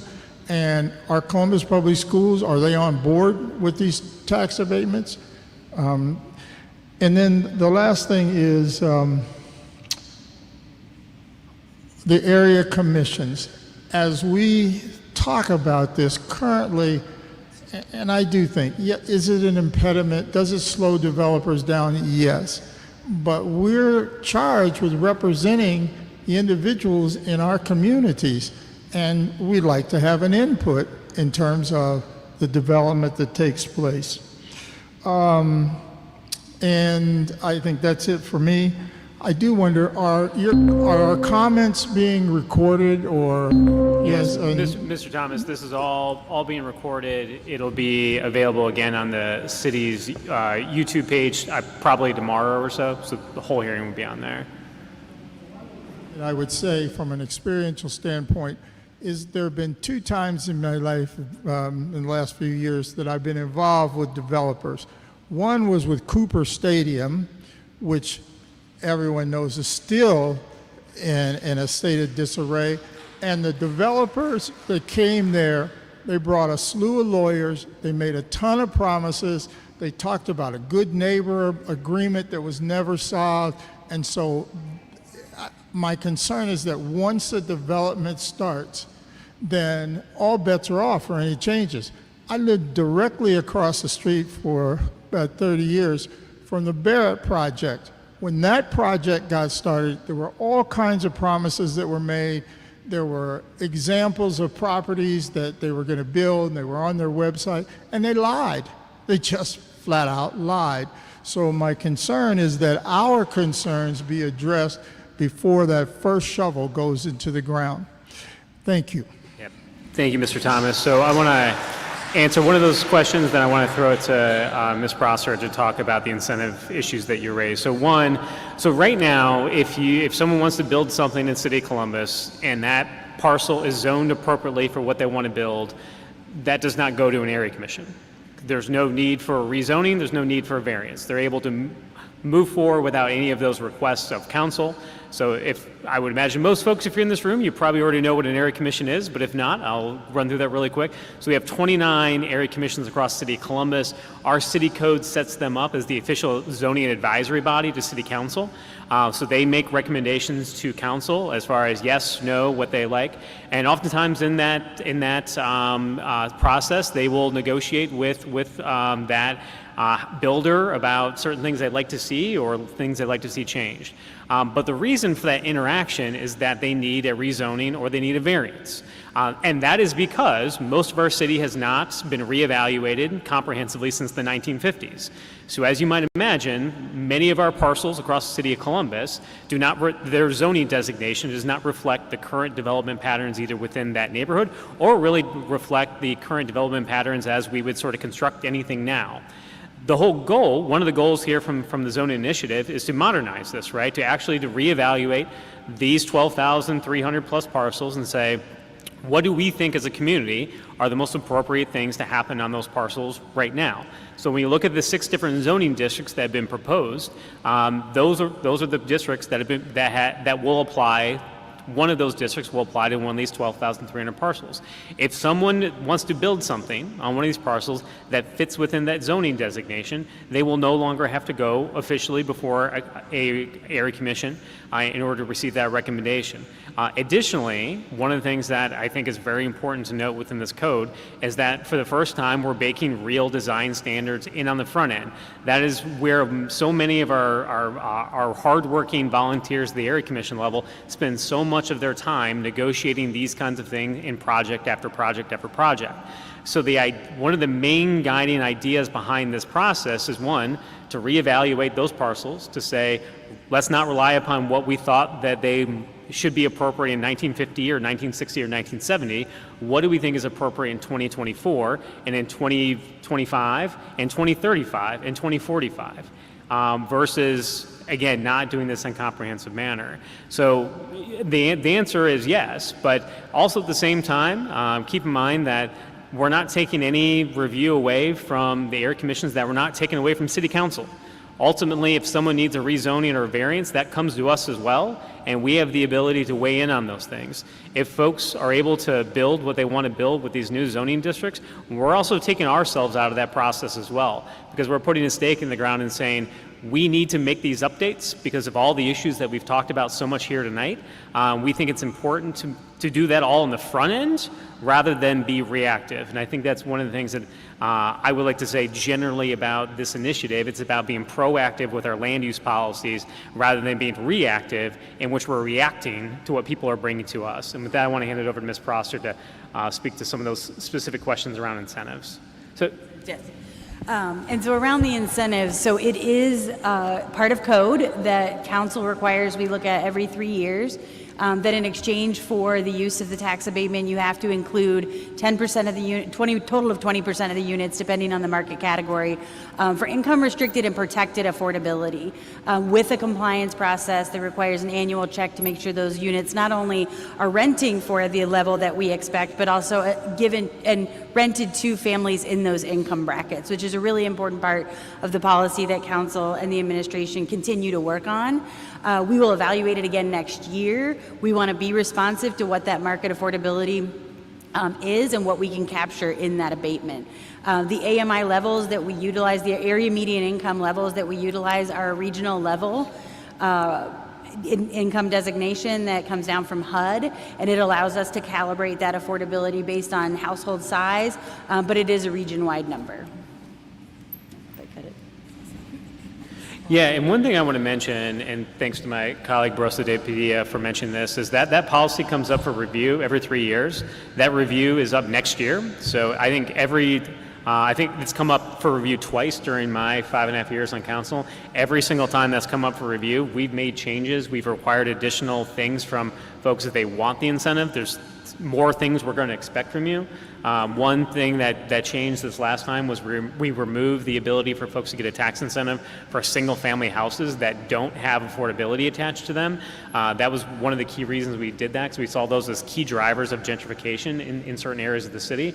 So there's continuing changes that have been made to that policy. I would imagine head into next year when that policy comes up for review, additional changes will be considered. Councilmember? There is a public review with Columbus City Schools of all of those tax abatements. That's public. Anybody is open. It's a public meeting like this. Any of you can go to it. It's called the TIRC, I think is the acronym. Tax Incentive Review Commission. Tax Incentive Review Commission, yes. That anyone can go, and that they literally go through all of the abatements. And there are abatements that we do end if they do not meet the original requirements of those abatements. So yes, Columbus City Schools is a partner in that. They are sitting at the table with us, and they review all of those abatements as we go through them, and it is open to the public, and anyone can go to those meetings at any time. Thank you. And the one thing I want to mention about the infrastructure is that last year we had so many electric outages, primarily on the south side. We currently have several hundred apartments that are going to be built. There will be additional concern about a drawdown on the electric. So it is a concern that we have. But thank you very much. Next speaker come for our council is Mr. Paul Burke. Mr. Burke?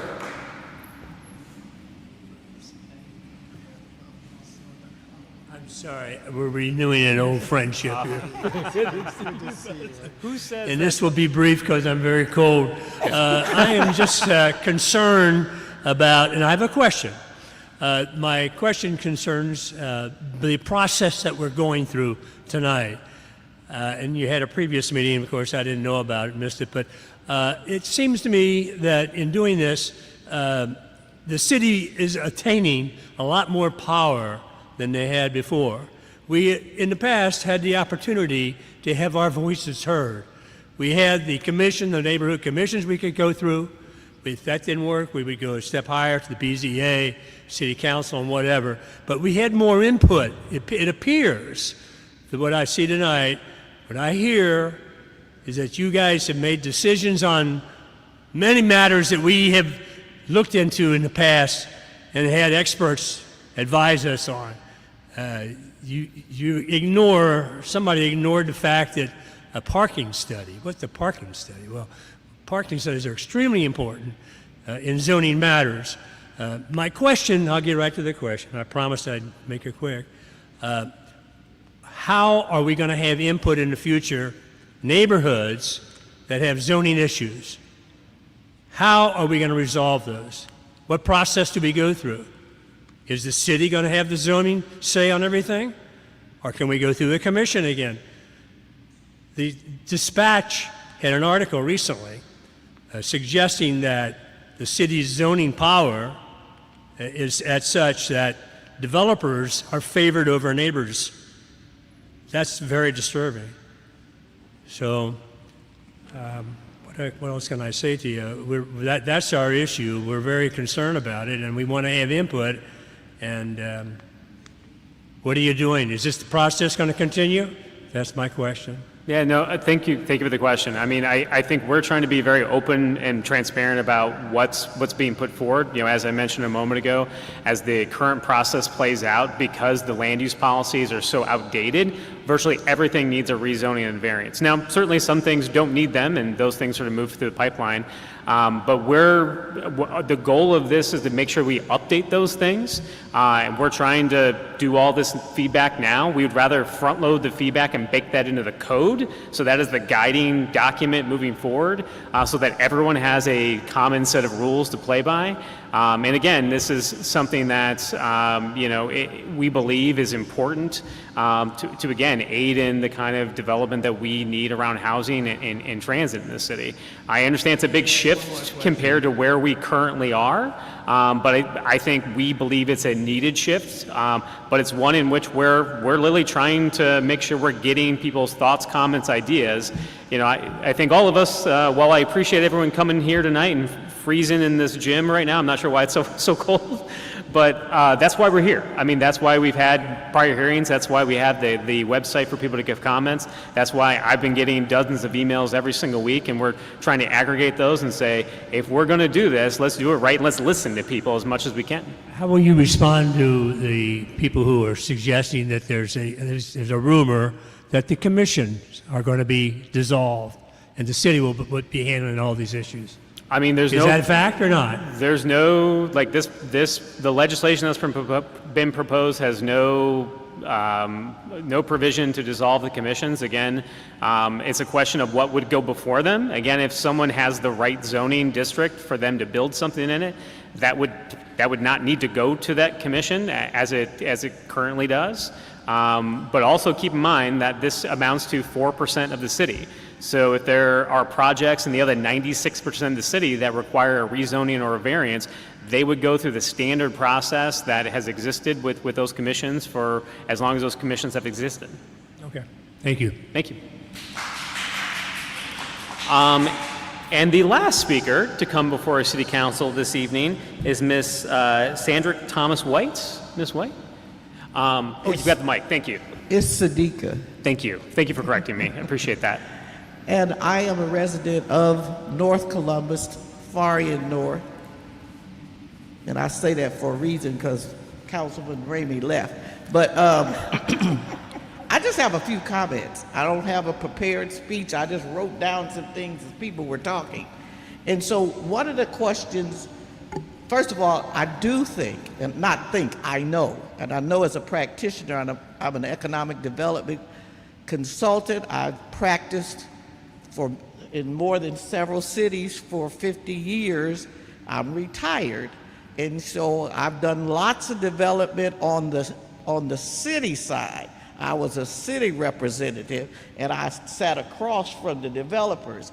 However, the thing that really amazed me when I came to the Columbus area is the fact that the Columbus zoning code was so archaic. It must be updated. It has to be updated. Now, because it's so old and there are so many practices and processes involved that none of us as citizens and taxpayers are going to be happy with everything. And so what we have to do is get started. And I encourage us to get started. So one of my recommendations or comments is, as soon as we get started, if it passes, in whatever form it passes, then I think council and the administration have to say, we will review it with the citizens within 12 months, 18 months, 24 months, no less than 24, and say, this is what's happened, this has been a stumbling block, this is how we believe we can cure that or make it better, and give us the true facts of what's going on. Because as you heard, there were so many people in here that spoke really intelligently and articulately about the process. So our people are educated, which is great. Another thing is that when they asked a question about density has always been under Euclidean zoning given a bad name. And that is because it brings more people per acreage. The one thing that is important is we're talking about starting with these corridors. These corridors already exist. And in most cases, they have the appropriate infrastructure. Maybe some infrastructure has to be updated, but most of them have main lines, sewer lines, sidewalks, street lights, etc. So that's important. And here's the thing with density. It increases the tax revenue. There's only two ways to increase revenue. You increase the base or you increase the percentage. And so we don't want to increase the percentage. That means I got to pay more. But if you increase the base, then it raises more revenue. And that's what the city of Columbus has to do. I got one other thing. On the parking, I do believe that the parking study maybe should be phased, when I say phased in, because we're going from eliminating parking minimums to elimination, maybe we have to say at first, to put parking studies in, particularly with certain size developments. The other thing we could do is do a parking escrow. In other words, the question was asked, well, what if we did it wrong and 3 years later there's parking demand from that project?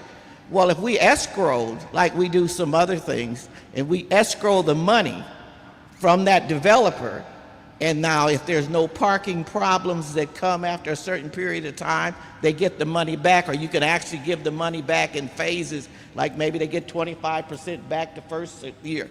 I mean, there's lots of some alternatives. I think these are some of the answers that you could, but I also do think that, because I'm a small business person right now, I'm working in Linden, and so it is going to be crucial that when these developments come in, you've seen it over and over, they do run out the existing. Some of those existing small businesses aren't our best small businesses, and some do need to leave. But there are a lot of the mom and pop kinds of shops that won't be able to afford, if we do this. So I do think you have to look at that with the developer, but those are individual kinds of negotiations. And the other thing is, I know this is critical. And I work a lot in suburbs. And when you say, well, I know when I'm in Dublin, I know when I'm in Gahanna, I know when I'm in Westerville, I know when I'm in Grove City. And you want to know one of the main reasons you know? Because they have a design standard. The standard is not here, their standards are up here. If Columbus is going to be the great city that it's going to be, then it has to increase its design standards. Design standards change the environment. Design standards say to the developer beforehand, you can develop here, but this is how you will develop. You can't just put up concrete buildings. You know, you have to put up buildings with brick facades and some and landscaping. So I think that's important, and of course that comes under this. You got to have some plans for the areas. These corridors, most of those corridors that you're talking about don't have an overriding plan. So that, you know, there needs to be a plan, because that plan can supersede even what we call is the underwriting zoning. So if the underwriting zoning is going to be this form-based zoning, the plan can call for greater standards and then create these places that we're talking about that'll be comparable to German Village or the Brewery District or some of the other places that we're talking about. So I could say a lot more, but I'm stopping. Thank you so much for indulging me. Yep. Thank you. Actually, I can't think of a more appropriate comment for us to sort of wrap up tonight on. Both actual helpful suggestions, thank you, but also I think an acknowledgement that not everyone's going to agree about what ultimately comes before council and ultimately how council may or may not amend this legislation. I think we know what the guiding principles are. I think we've spent a lot of time here tonight talking about those. I think we know as a growing city in Columbus, we have to do some things differently. We have to modernize. We have to do some things in order to make sure that we are using our resources, our land, in a way that is as appropriately reflected in how we want to welcome new people in our Columbus, but also keep residents that have called Columbus home for generations in their homes and in the neighborhoods that they call home. And one of the things that I've been trying to make sure that we make as clear as possible is that we want folks to know what this proposal is, what it isn't, and ultimately what, if any, amendments that council is going to make that are reacting to the comments and questions that we've heard from folks out in the community. This is the second of 3 public hearings that council has had. We've had over 1,000 people go through the zoning gallery that's being hosted on Front Street downtown. That will remain open through the month of July. If folks want to attend that space, it's probably the best see, feel, and touch you can get when we talk about zoning. And I think it's really important as we head towards the 3rd hearing that council will be hosting on June 27th to point out that hearing is going to be about evaluating the feedback that members of the public have been provided, letting folks know how the community has spoken around these things. And then ultimately, after that hearing, we'll be looking at ways that we may have amendments to this legislation. And I think my plan as the chair of the committee is that when we have those amendments ready to go, that we'll probably have another public hearing so that folks can actually evaluate what those are and what they aren't and how it relates to what the original proposal was. I think the council president said at our last hearing, we're trying to radically listen to folks while at the same time acknowledging that no one individual member of our community, no single neighborhood are going to get everything or have everything or like everything about what ultimately gets passed. But I think we're trying to put a stake in the ground about how this zoning plan is going to help channel our future and be more proactive rather than reactive. And that is sort of how our policies related to zoning have been for a very long time. So again, I want to thank everyone from the administration that presented here tonight, all the zoning staff that's here, certainly my staff, Kevin McCain, Andy McDonald, our intern Grace, who I think is maybe her first public hearing, so thanks for coming out, Grace. Certainly the CTV staff for making sure that this has been a professionally produced event that again will be categorized on the website. Again, if you're looking for more information, as I mentioned earlier, columbus.gov/zoning update is where to get the most comprehensive information about the plan that's been proposed. Again, the comment period, the official comment period for folks to provide testimony directly to the email address or through the website is through June 10th. Folks have asked about why are you closing the public comment period. Well, part of it is we need to start reviewing those so we can figure out whether or not we're going to change the thing, right? Now, again, that does not mean that folks can't certainly reach out to me and other council members about their thoughts after that date. We're certainly not cutting that off, but it was a helpful date for us to start to evaluate how and why we might make some changes to this moving forward. So thank you all for being here. The easiest way to get a hold of me is my email address at radorans@columbus.gov. And with that, we're going to close out the hearing. Thanks, everyone, for attending.